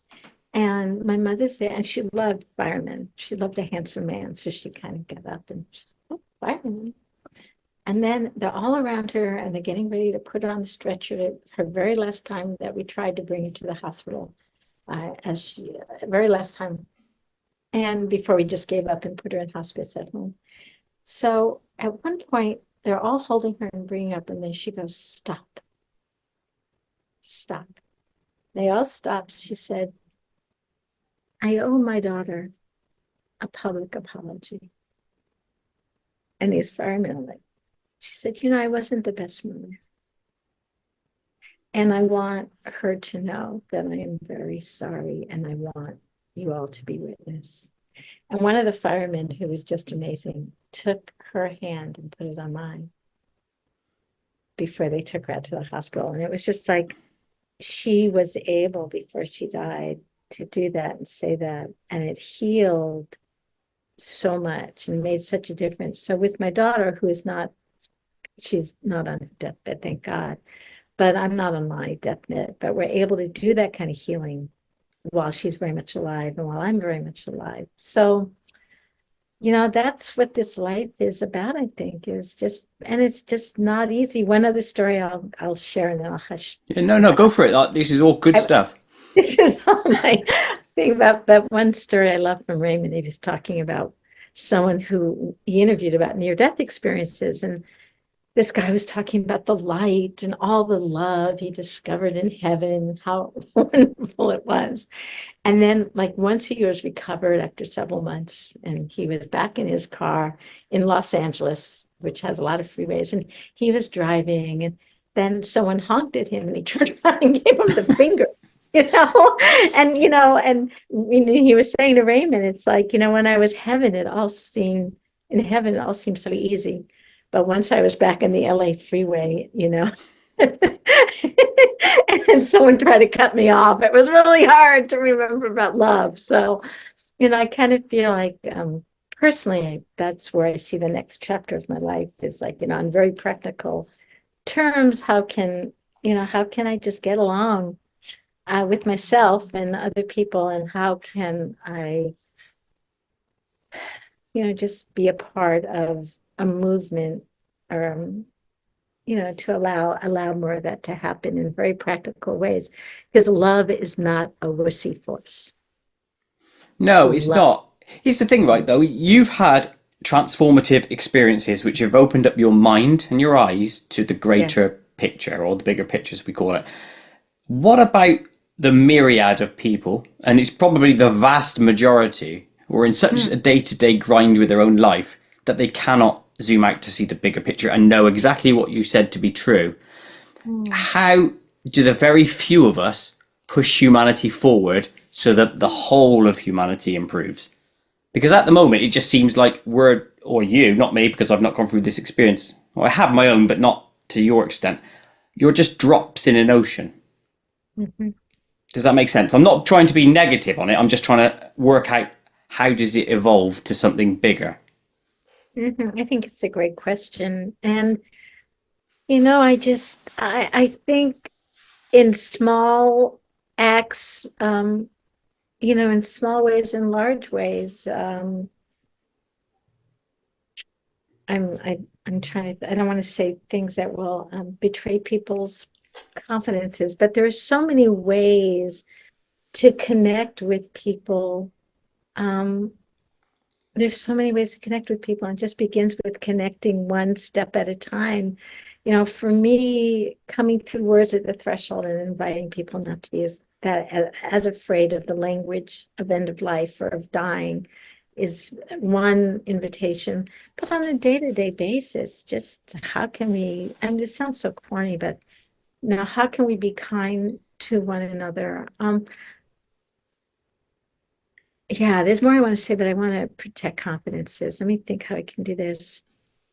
There are many ways I'm just going to say, of like recovery groups. Like there are different recovery groups, i.e. 12-step and other types of groups like that, Okay. that are spiritual groups that come in through a very, you can come in to love through so many ways, through addiction or through abuse, and just reaching people but it's in so many ways, right? There's so many ways you connect with people through so many channels to offer opportunities for healing. But trauma is a real thing, and hurt is a real thing, and people are hurting, and people are angry, and um, people need to be heard.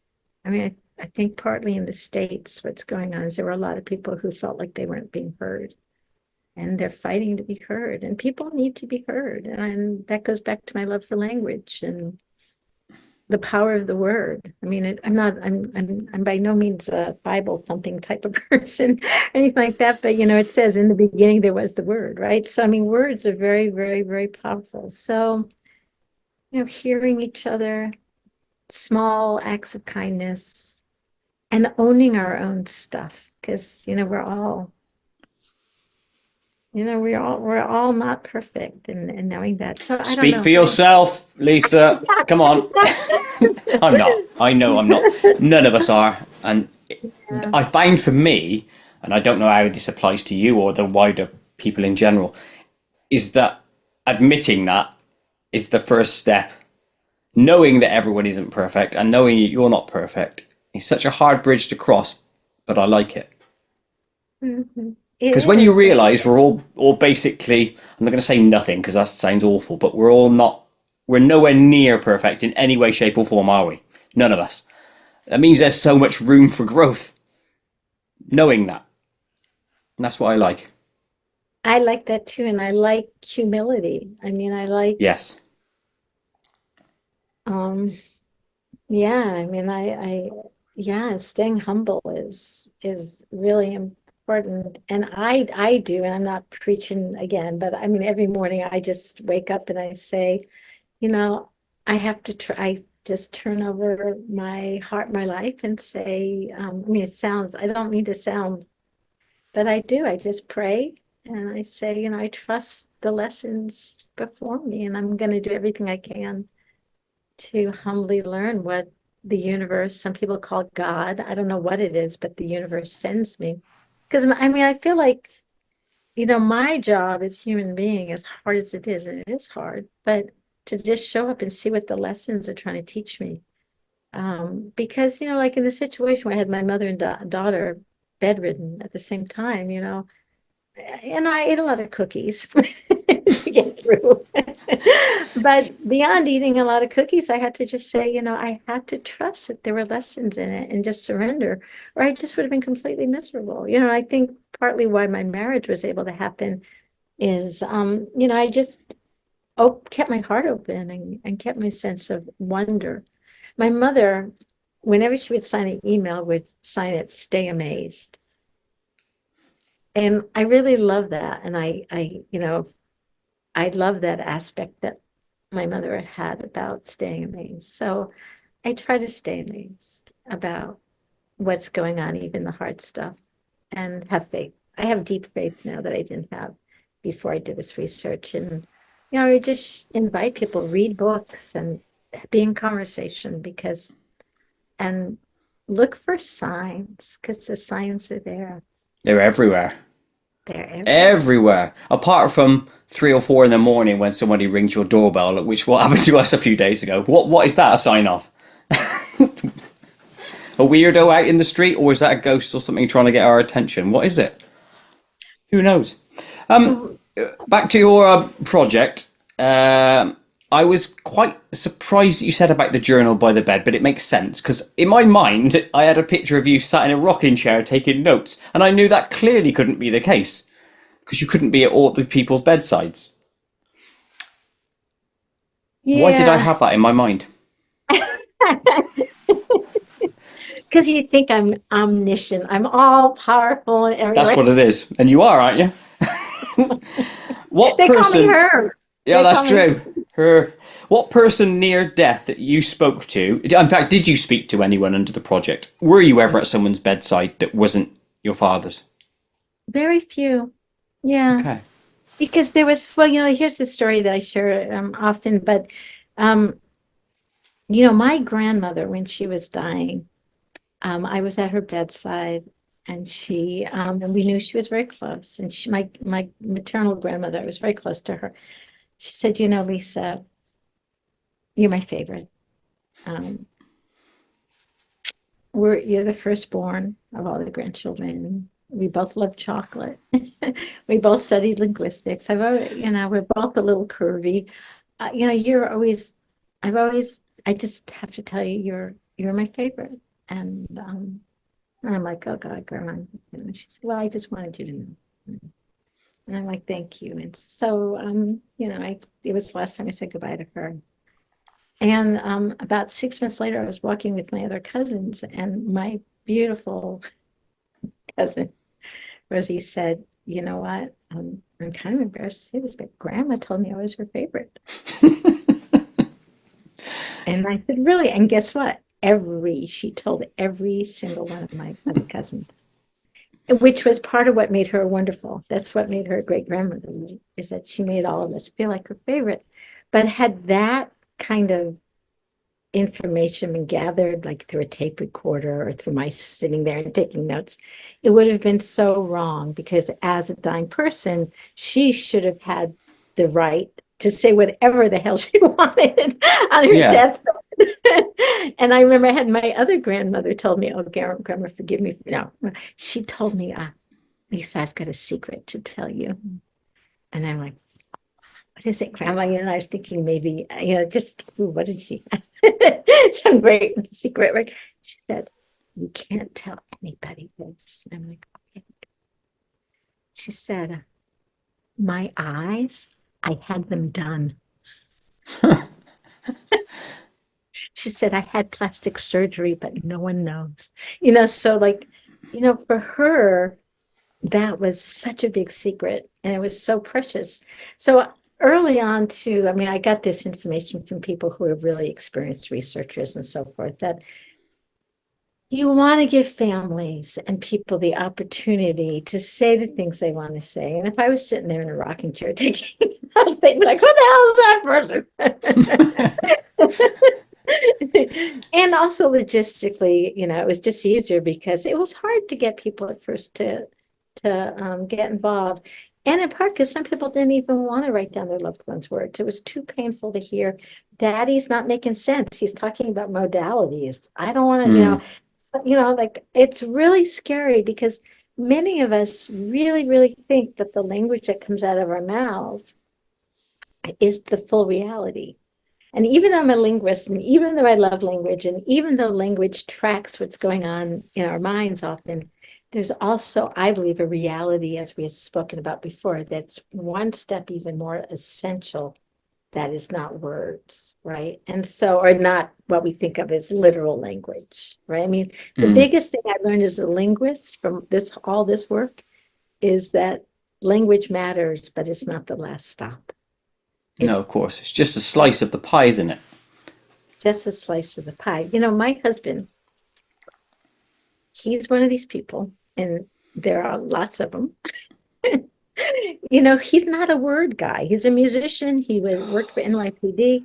He's You have not to sack him off. He's no good if he's not into words. Come on. right. And so, we'll have things. He doesn't always articulate things like as clearly as I can at times. But he doesn't love me any less, right? Just because he doesn't tell me 35 times a day that he loves me. Well, he's pretty good at that. But even though he may not always be able to articulate, oh, honey, I really need an hour to myself right now, right? It doesn't mean that he loves me less, right? So I've had to learn, as someone who's so word oriented, that, there's also this level of reality. And we learn this as parents too, when we have kids, but a lot of life is lived in the zone where words aren't spoken. And then if we take each other's words too literally and, get too offended or stuff, we're really going to be in trouble. It's So how did I get myself into all this? I just talked myself into a hole. I can't remember what, It doesn't what matter. I It was a good haul, and I liked it. Well, it actually led me to my next question anyway. So apt. One of my questions about your final words project was: were facial expressions and body language recorded too, and was it taken into account? No. However, um, Dr. Kerr in Buffalo, do you know his work? I don't know. Dr. Kerr, they did this incredible, I want to say it was 500 people, some of the most extensive research that's been done in the field of end of life. And they specialized in people's dreams as well as talking about visitors in the room right before people died. And he did videotape. He got permission. Um, he'd been working in hospice. He's an MD. He had a lot more authority and credentials than me, and he had a whole team, and he'd been doing this for years. But he did this incredible research, and what he specialized in was before people die, they tend to have a visitor come or a couple of visitors that they call takeaway figures. And oftentimes it's people who you loved who died before you. So like your mother or your father or your spouse if they had died. And they did these, but they did videotapes. They actually captured people talking on video. And I, at one time before some of the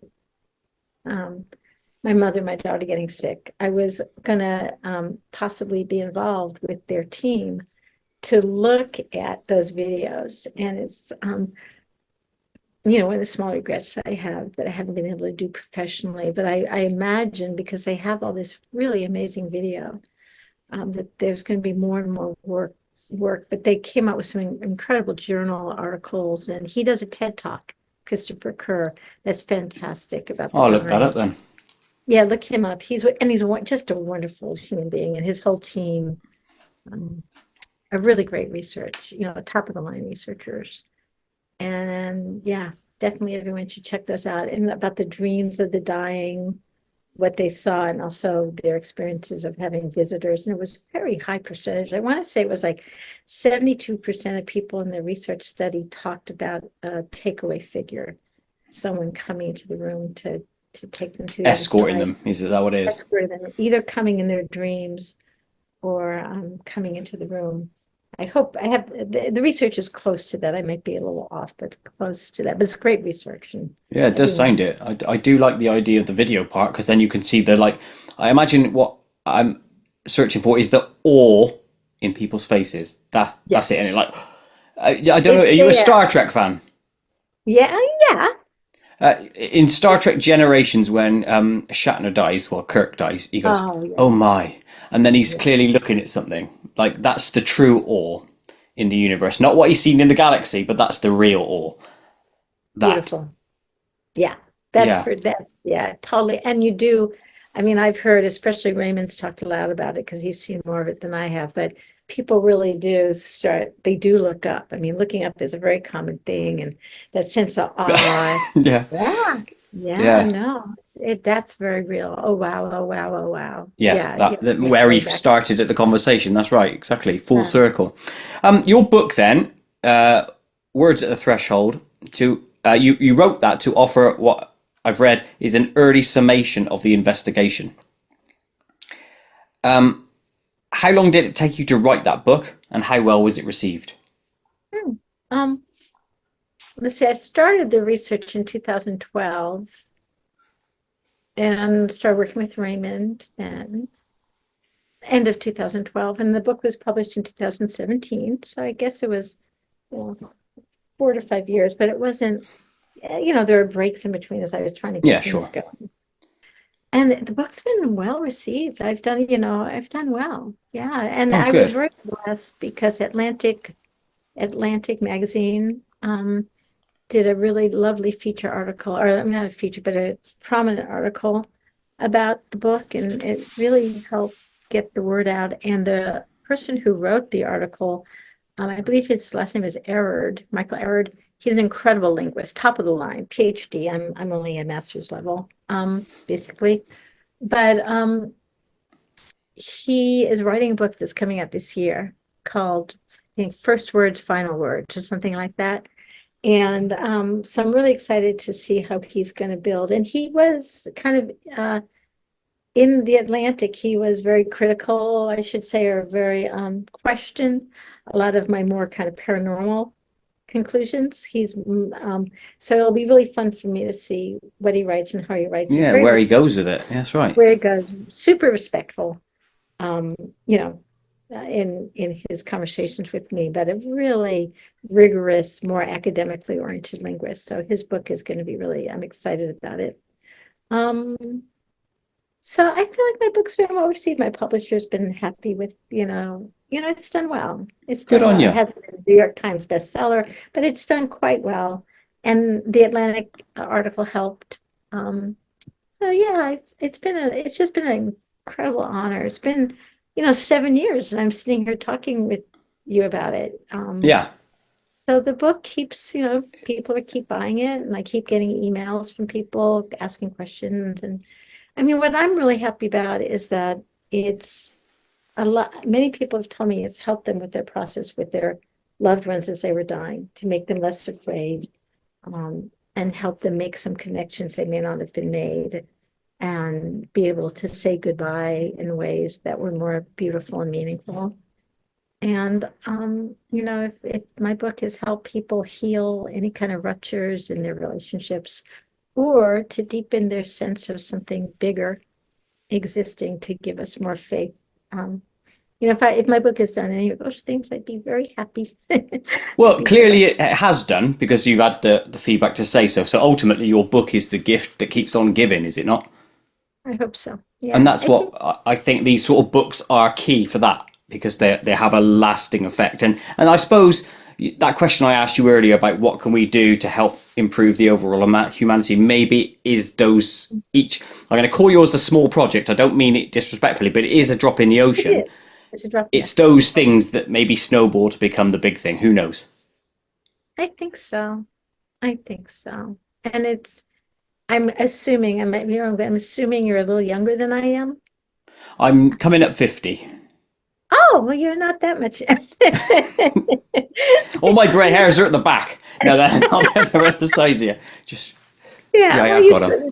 you're 15. Yeah, you're 15 younger than I am. But, I know that my daughter who's 29, there's another wave of people, I think, asking the big questions and wanting to create a more sane and peaceful world. And, we just have to keep having faith in that and having people out, we have more resources and it's kind of like that old apocalyptic, excuse me, image of, the two forces of good and evil and those things intensifying into it. But it does feel at times that it's like that, right, these It days. is. The stakes are so high.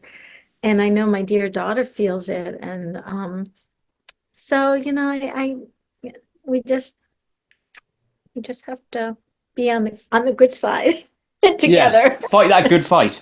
Hey, here's something. We are now entering the Koit zone. Koit zone. Now, in the Uh-oh. Koit zone, I'm going to ask you random questions, even probably more random than some of the ones I've already asked you. So answer best you can. So let's start with a classic: Yeah. cucumbers, yes or no? Not while drinking tea. Yes. You like cucumbers, do you? Yeah. Do you know what? I love the smell of cucumbers, but I don't like the taste of them. I've heard that from other people, but I like the taste if you get a good one because there's like a freshness and this sense of with some water, like put them in water, they have a freshness that is with a little mint. Like if you Oh, put them aye. in water, mint and cucumber, that is like aliveness and freshness. Yeah, right there. I can understand why people do that cucumber in water because basically what you said about the freshness. But to me, Yeah. it sounds like someone poisoning my water. I want my water to Oh taste like no. water. You need to really, I mean, I'm sorry, I don't mean to be prescriptive That's here. okay. God, there's strange noises outside my window right now. Um, no, no, I really, you're a great guy, but the Have I cucumber lost thing. points? That's okay. When do you do your best work? What time of day? Oh, 5:30, early in the morning. I wake up at 5:30. I'm a writer. I mean, I write tons of stuff, and I'm also a musician. So that's the time I wake up and do my music and my writing and What dance. And I do. music? Well, the music is only about 5 years old. That's a new thing in my life. And I happen to marry a rock and roll guy, so Oh it's kind yeah. of fun. Yeah, keyboards. Can I tell you my keyboard story? Do we have Of time? course you can. Yes, do it. Okay, my keyboard story is this is the magic of life, right? So, you know, my ex-husband, I was married to 20 years, woke up one morning about 5 years ago and said, Spirit told me it's time to go. I'm like, hey, I didn't get the memo. And he's like, and so he left very abruptly, and it was awful. It was devastating. It was terrible. Yeah, I've had a few hits in my Mm. life, I'm telling you. So it was really devastating. At that time, my book was doing well, and I was really involved in this afterlife stuff. And he was just kind of turned off by it and just was like, yeah. So he moved on really hard. I sold our house. Thank God I got a little bit of money. So I was able to kind of start my life from that. It wasn't a lot, but enough to kind of, um, so I moved to another town and into this kind of community. I mean, I had my own place, but it was just, I don't know how to explain. It was kind of a community housing. So because didn't want to be all alone. I had my own place, but I was crying all the time. Like I woke up every day. At night, I was crying all the time. I was devastated because this was my husband 20 years. I mean, 20 years we were together. So one day in this community co-housing situation, there were a lot of artists and, creative people. And one day, one of the guys who was a therapist and also was on Broadway when he was younger, actor, director, he came in and he said, girl, you're crying all the time. You got to do something. And I'm like, he said, you got to do something to get over yourself and get over. He said, well, it's obvious what you need to do. I'm like, write a musical. Write a musical about that. Write a musical about your ex-husband. Write a musical. I said, I don't know how to play music. I don't know how to sing. I've never written a musical. He said, tell you what, you start taking piano lessons, you start taking voice lessons, and I will help you write your musical. So you know what? 2 weeks later, I was 61 at the time. I started taking piano lessons. And synchronistically, I finished the musical last week. Oh, amazing. 221 pages, script, and 16 original songs later. And what are you going to, is this going out? Are you I pitching it? let's see. I'm pitching it, and who knows? I mean, but going back to the grief, nonverbal, since the nonverbal thing. Yeah. What I learned is when things were really hard, my ex-husband left me, my mother was, I mean, then several years later, my mother's dying, my daughter's sick. I found that the music, it had no words. Because if I was to try to write down what was going on, there were no words enough to heal me. There were just no words. But when I went down and just started playing, and the more I learned how to play, there was something about the music that helped me touch that other place. And I believe it was Bach and not Beethoven. I believe it was Bach who said, his final words were, don't cry for me. I go where the music is born. That's lush, isn't it? And that's lush. So like when I would play music, so I got to this thing and I was writing this musical as a way to kind of work out some of the stuff about my marriage and my ex-husband and so on. And also there's some stuff about my afterlife research in it, about the whole journey of Brilliant. the life. Yeah, it's kind of, I think, I don't know, I would like to think it's a good musical. We'll see, who knows? It's But, 100% good because you wrote it. So you have to say that. oh, you're And I don't hired. mean that just to placate you. What I'm getting at is that you should be proud of your work. It doesn't mean it's the epitome of your best work because you might write something better in a year's time. But I'm a musician myself. So yes, I've got a big synthesizer right here. You can't see it. And I do animations and music and stuff, and I'm a singer. It touches that place, like you said, and music is very cathartic. It'll take you into a mind space where everything dissipates. And you can be hours doing it, and then all of a sudden you realize I've missed lunch. That sort of thing. It's so overwhelming. But lush, music is lush. That's a It good is. story, by the way. Go on. And it's really healing because Yes. anyway, it's very healing and it healed the pain from the marriage, and as I've gone through hard times with my daughter and so yes, I've written this crazy thing. I've written this. So I have to say Go on. that I came up with this idea, which I'm going to be doing in the next year with the person who helped me write this musical, called the life review process. REVUE. UE, yeah. Where you turn your life into, because we do the life review up in heaven, but right here we could do a review of our life and make it musical and bring it to life and heal. Anyway, so that's kind of the next phase of my work at this point, is going into the life review. I like that. Yeah, so I just had to mention it. No, that's good. It is very apt and very quality. Next question then, on the Koit Zone. If you could fall into your TV and being any film, which film would it be? Oh God. Is it a musical? I was going to say Mary Poppins. I know you're going to be Mary Poppins. I don't know. That's a really funny question. Oh my God. I could fall into any film. Mm. Oh. By the way, what you've chosen isn't a bad film to fall into, is it? Because it's not horrible. It's a good world to live in. Yeah, Chimney. I don't know. There you are. You could be a chimney sweep. That's another chapter in your life. What is your sauce of choice? Say again? What is your sauce, SAUCE, of choice? Yeah. Hot fudge. Hot fudge. Oh, you're going to sweet sauce. Ah, fair enough. I thought you were going to go like tomato ketchup or something, but you don't want that on your ice cream, do you? Next one. What place do you really want to visit? Greece. Reason? Greece. Yeah, what's the reason? Well, partly because it's beautiful, but partly because Raymond is very connected to ancient Greek ideas, and he and I've spoken so much. This thing called the psychomantium, which Raymond is an invention of Raymond, where you go and you can see apparitions, and he and I did some work with the psychomantium, had its origin in the oracles of the dead. And so I think just Greece, I just feel like there's so much incredible history, and so much of the work I've done has had a foundation in ancient Greece. In So yeah, Greece. that would be really fun. Yeah. Quality.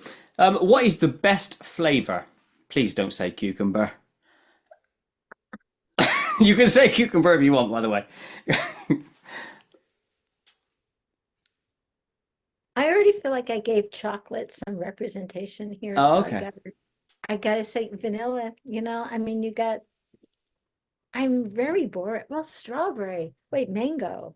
You Oh, can only have one. blueberry. I can't. Okay, I fair really enough. can't.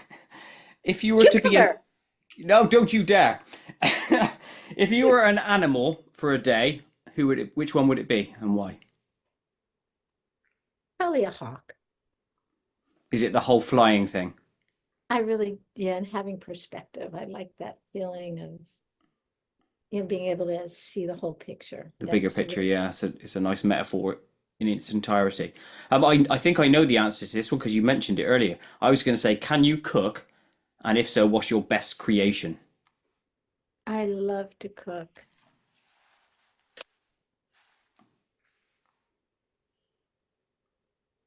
I like to try to cook healthily, so I think sweet potato pancakes Ooh, with homemade applesauce and yogurt is just kind of comforting, but it's also healthy, and what I mean, it's a way to have sweets without doing bad things to your body.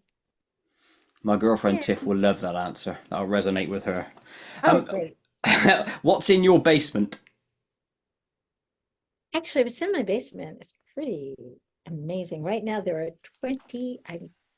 24 guitars and 14 amps, because I'm living with a crazy wild musician. And then we have an area where I do my dancing, Ooh, a lot of rugs, and a big TV. sounds like an amazing basement, to be fair. It's a really cool basement. That's a quality answer. Here's one, and you may not know it because I've asked this before, and a lot of people fail on this one. So let's see if you can do it. What is your best memory from school, if you have one?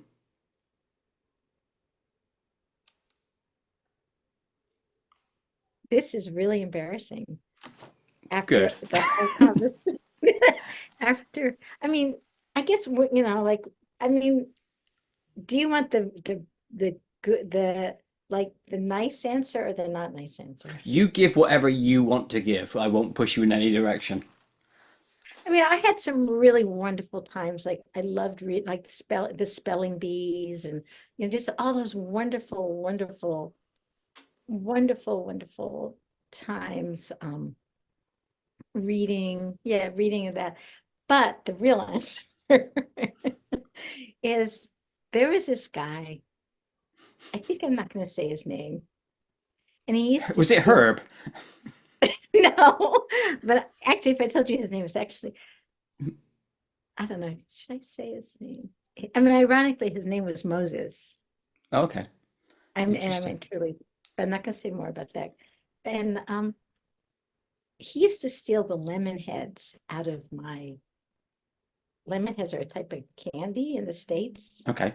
And he would steal the lemon heads out of my desk. And at the time, I was like a good little nerdy kid. I was taking violin. I had my violin, and I was like the nerd, like and he was tough. He was a tough guy. He was tough and mean and bullied people. He was a And basket case, wasn't he, Moses? and I just he was stealing my candy, and it was just not okay. And I said something to him about it, and he said, I'm going to fight you after school. And we met on the playground. And I had this really cool principal. He had a big afro. He was really just, I don't know how to say tough, but handsome. And I loved my principal. And he knew that it was important that I proved myself. So I'll never forget, he stood up on the front of the school from a distance. I didn't see him at the time till the end. And he just wanted to watch the whole thing. And he wasn't going to interrupt. So Moses comes out with his gang, this group of people, and I'm there, little Lisa. And I swear to God, I don't want to, I mean, I hear this whole thing. I've talked about love.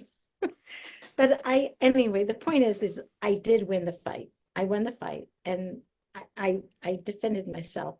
And Moses and I became the best of friends from there on out. And even to this day, he works nearby in a store here.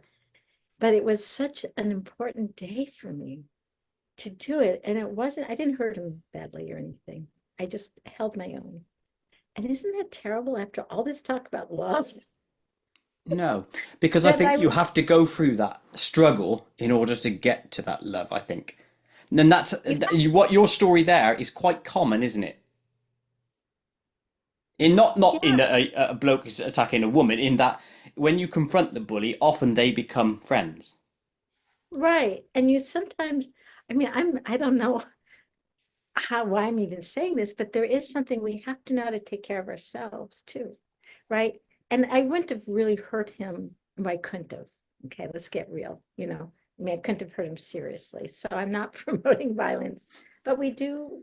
I don't know. I don't know why I even told this story. It's kind of embarrassing, It's but not. that was an important moment for me.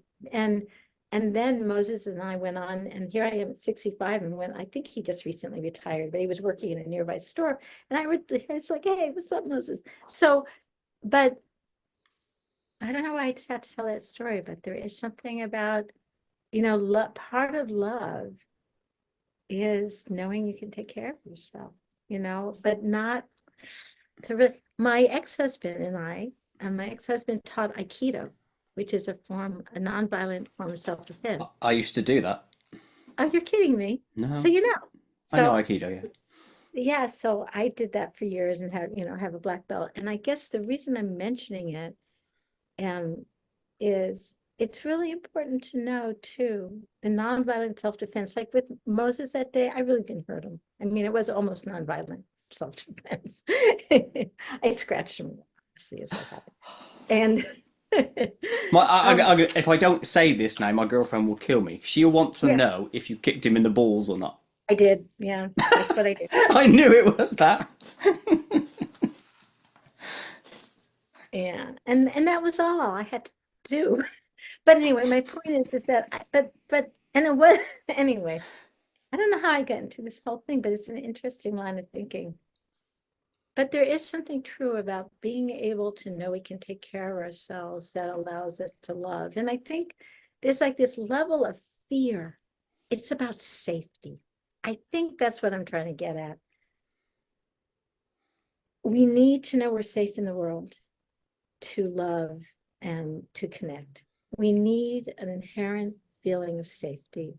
So, I only had to do it once, thank God, to get into that kind of fight. Just, thank God I didn't need a whole lifetime of having to do that, living from there. But there's some people who feel like they have to live in that constant state because they don't feel safe in the world, and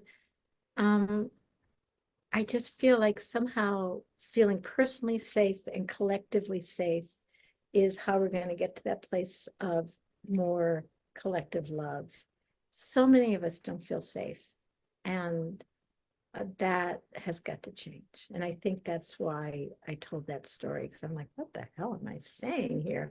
But we've got to find safety. And, when I became a black belt, my life changed because I knew I could be safe. And when you know you can be safe, then you can connect with music and you can love more deeply and you can open your heart. But if you're not feeling safe, you're going to only want to you're going to only lash out. So I think safety is important. At 12 years old, after I kicked Moses, after I had that, thing with Moses, for the rest of high school, he and I were like that, right? But I had to do that to feel safe. And then as an adult, I did the Aikido and learned that nonviolent self-defense was about knowing that I can always be safe. So I guess that's a piece of all this stuff. I like it. It's going to sound blasé when I say this, but it's the hero's journey, is it not? Mm-hmm. Confronting that need, which needs to be confronted so that you can overcome it and gain confidence and thus become the real you. Mm-hmm. We'll leave off. Leave off on that, and that is the end of the Koit zone. So thank you for traversing that with me. I know it is random, which leaves two final questions. First of which is, what else do you like to do in your downtime? Any activities or guilty pleasures? I love to dance. I love to make music. I love to walk. I love to bicycle. I love to cook. I do love eating. I really do love sweets. Any other guilty pleasures? I got to admit, I don't read as much as I used to. So that's just a guilty confession. And yeah, and I love to, I love my husband. So, we tease each other and have fun together. That's nice. And so you should. You should take the piss out of your other half. It's fun, it's good banter, and it keeps you on your toes. Seriously. Um, which leads us to the final question. Upcoming projects in your future. What are you currently working on? And what might you have planned for the future? Well, this whole idea of life review, REVUE, Oh, yes. I think I've gone from like the research end and being serious about it to really like, okay, how can I invite other people to experience more love and joy in their lives and healing um, with and without words. And also, yeah, and I'm writing a book called Snow Globe, The Snow Globe. And it's just about my last few years with the caretaking, all the stuff that's gone on in my life. And then I guess I'm going to promote it now. My musical is called The Sensei's Wife. And it's a look into all kinds of things, including Aikido and all the things we talked about: safety, love, risk, the Lush. other world. Yeah. Hey, would you So, do me a favour? When yes, sir. when it gets picked up, because when you pitch it, it will become successful because it seems like it's a path that you're meaning to go down, and Mm. thus we will create that reality. Would you send me a link to wherever it goes? Of course I will. Thank you. Yeah. No, genuinely, if you remember, because I'm just a random guy you're going to speak to, a small point in your life, but if you do remember, I would be I interested. would. And I would love to know about your music as well. If you have any links, I can find out more about I what will you send do. you them offline, but there's two parts to me. One is silly, so Hmm. it's stupid animations and songs, often Great. very puerile and infantile. And then I do serious songs as well. I'm just writing a symphonic rock album with my girlfriend at the moment. Oh, So that'll be a wow. few months, and then I might have that produced professionally and released. So I'll let Oh you my know on God, that one. that's Yeah. exciting. Yeah. Congratulations. Oh my gosh. Well, that is great. Well, I said to myself, how am I going to make it through 2 hours? And we've made it through 2 hours and a And a quarter. bit. There you go. There's always ace things to talk about if you have someone decent to talk to. And I want to say that to you. Mhm. You've been amazing to talk to. Thank you ever so much for your time. And I will say this to the audience, anyone listening or watching, please check out the links in the description to Lisa's stuff, her socials, etc. If you're interested, go and buy the book and leave a review. That always helps the author, okay? Lisa, thank you ever so much. Anyone, if you Oh, want to say goodbye, that'd be amazing. There you go. She said goodbye with her hand. See you, everyone. Bye bye.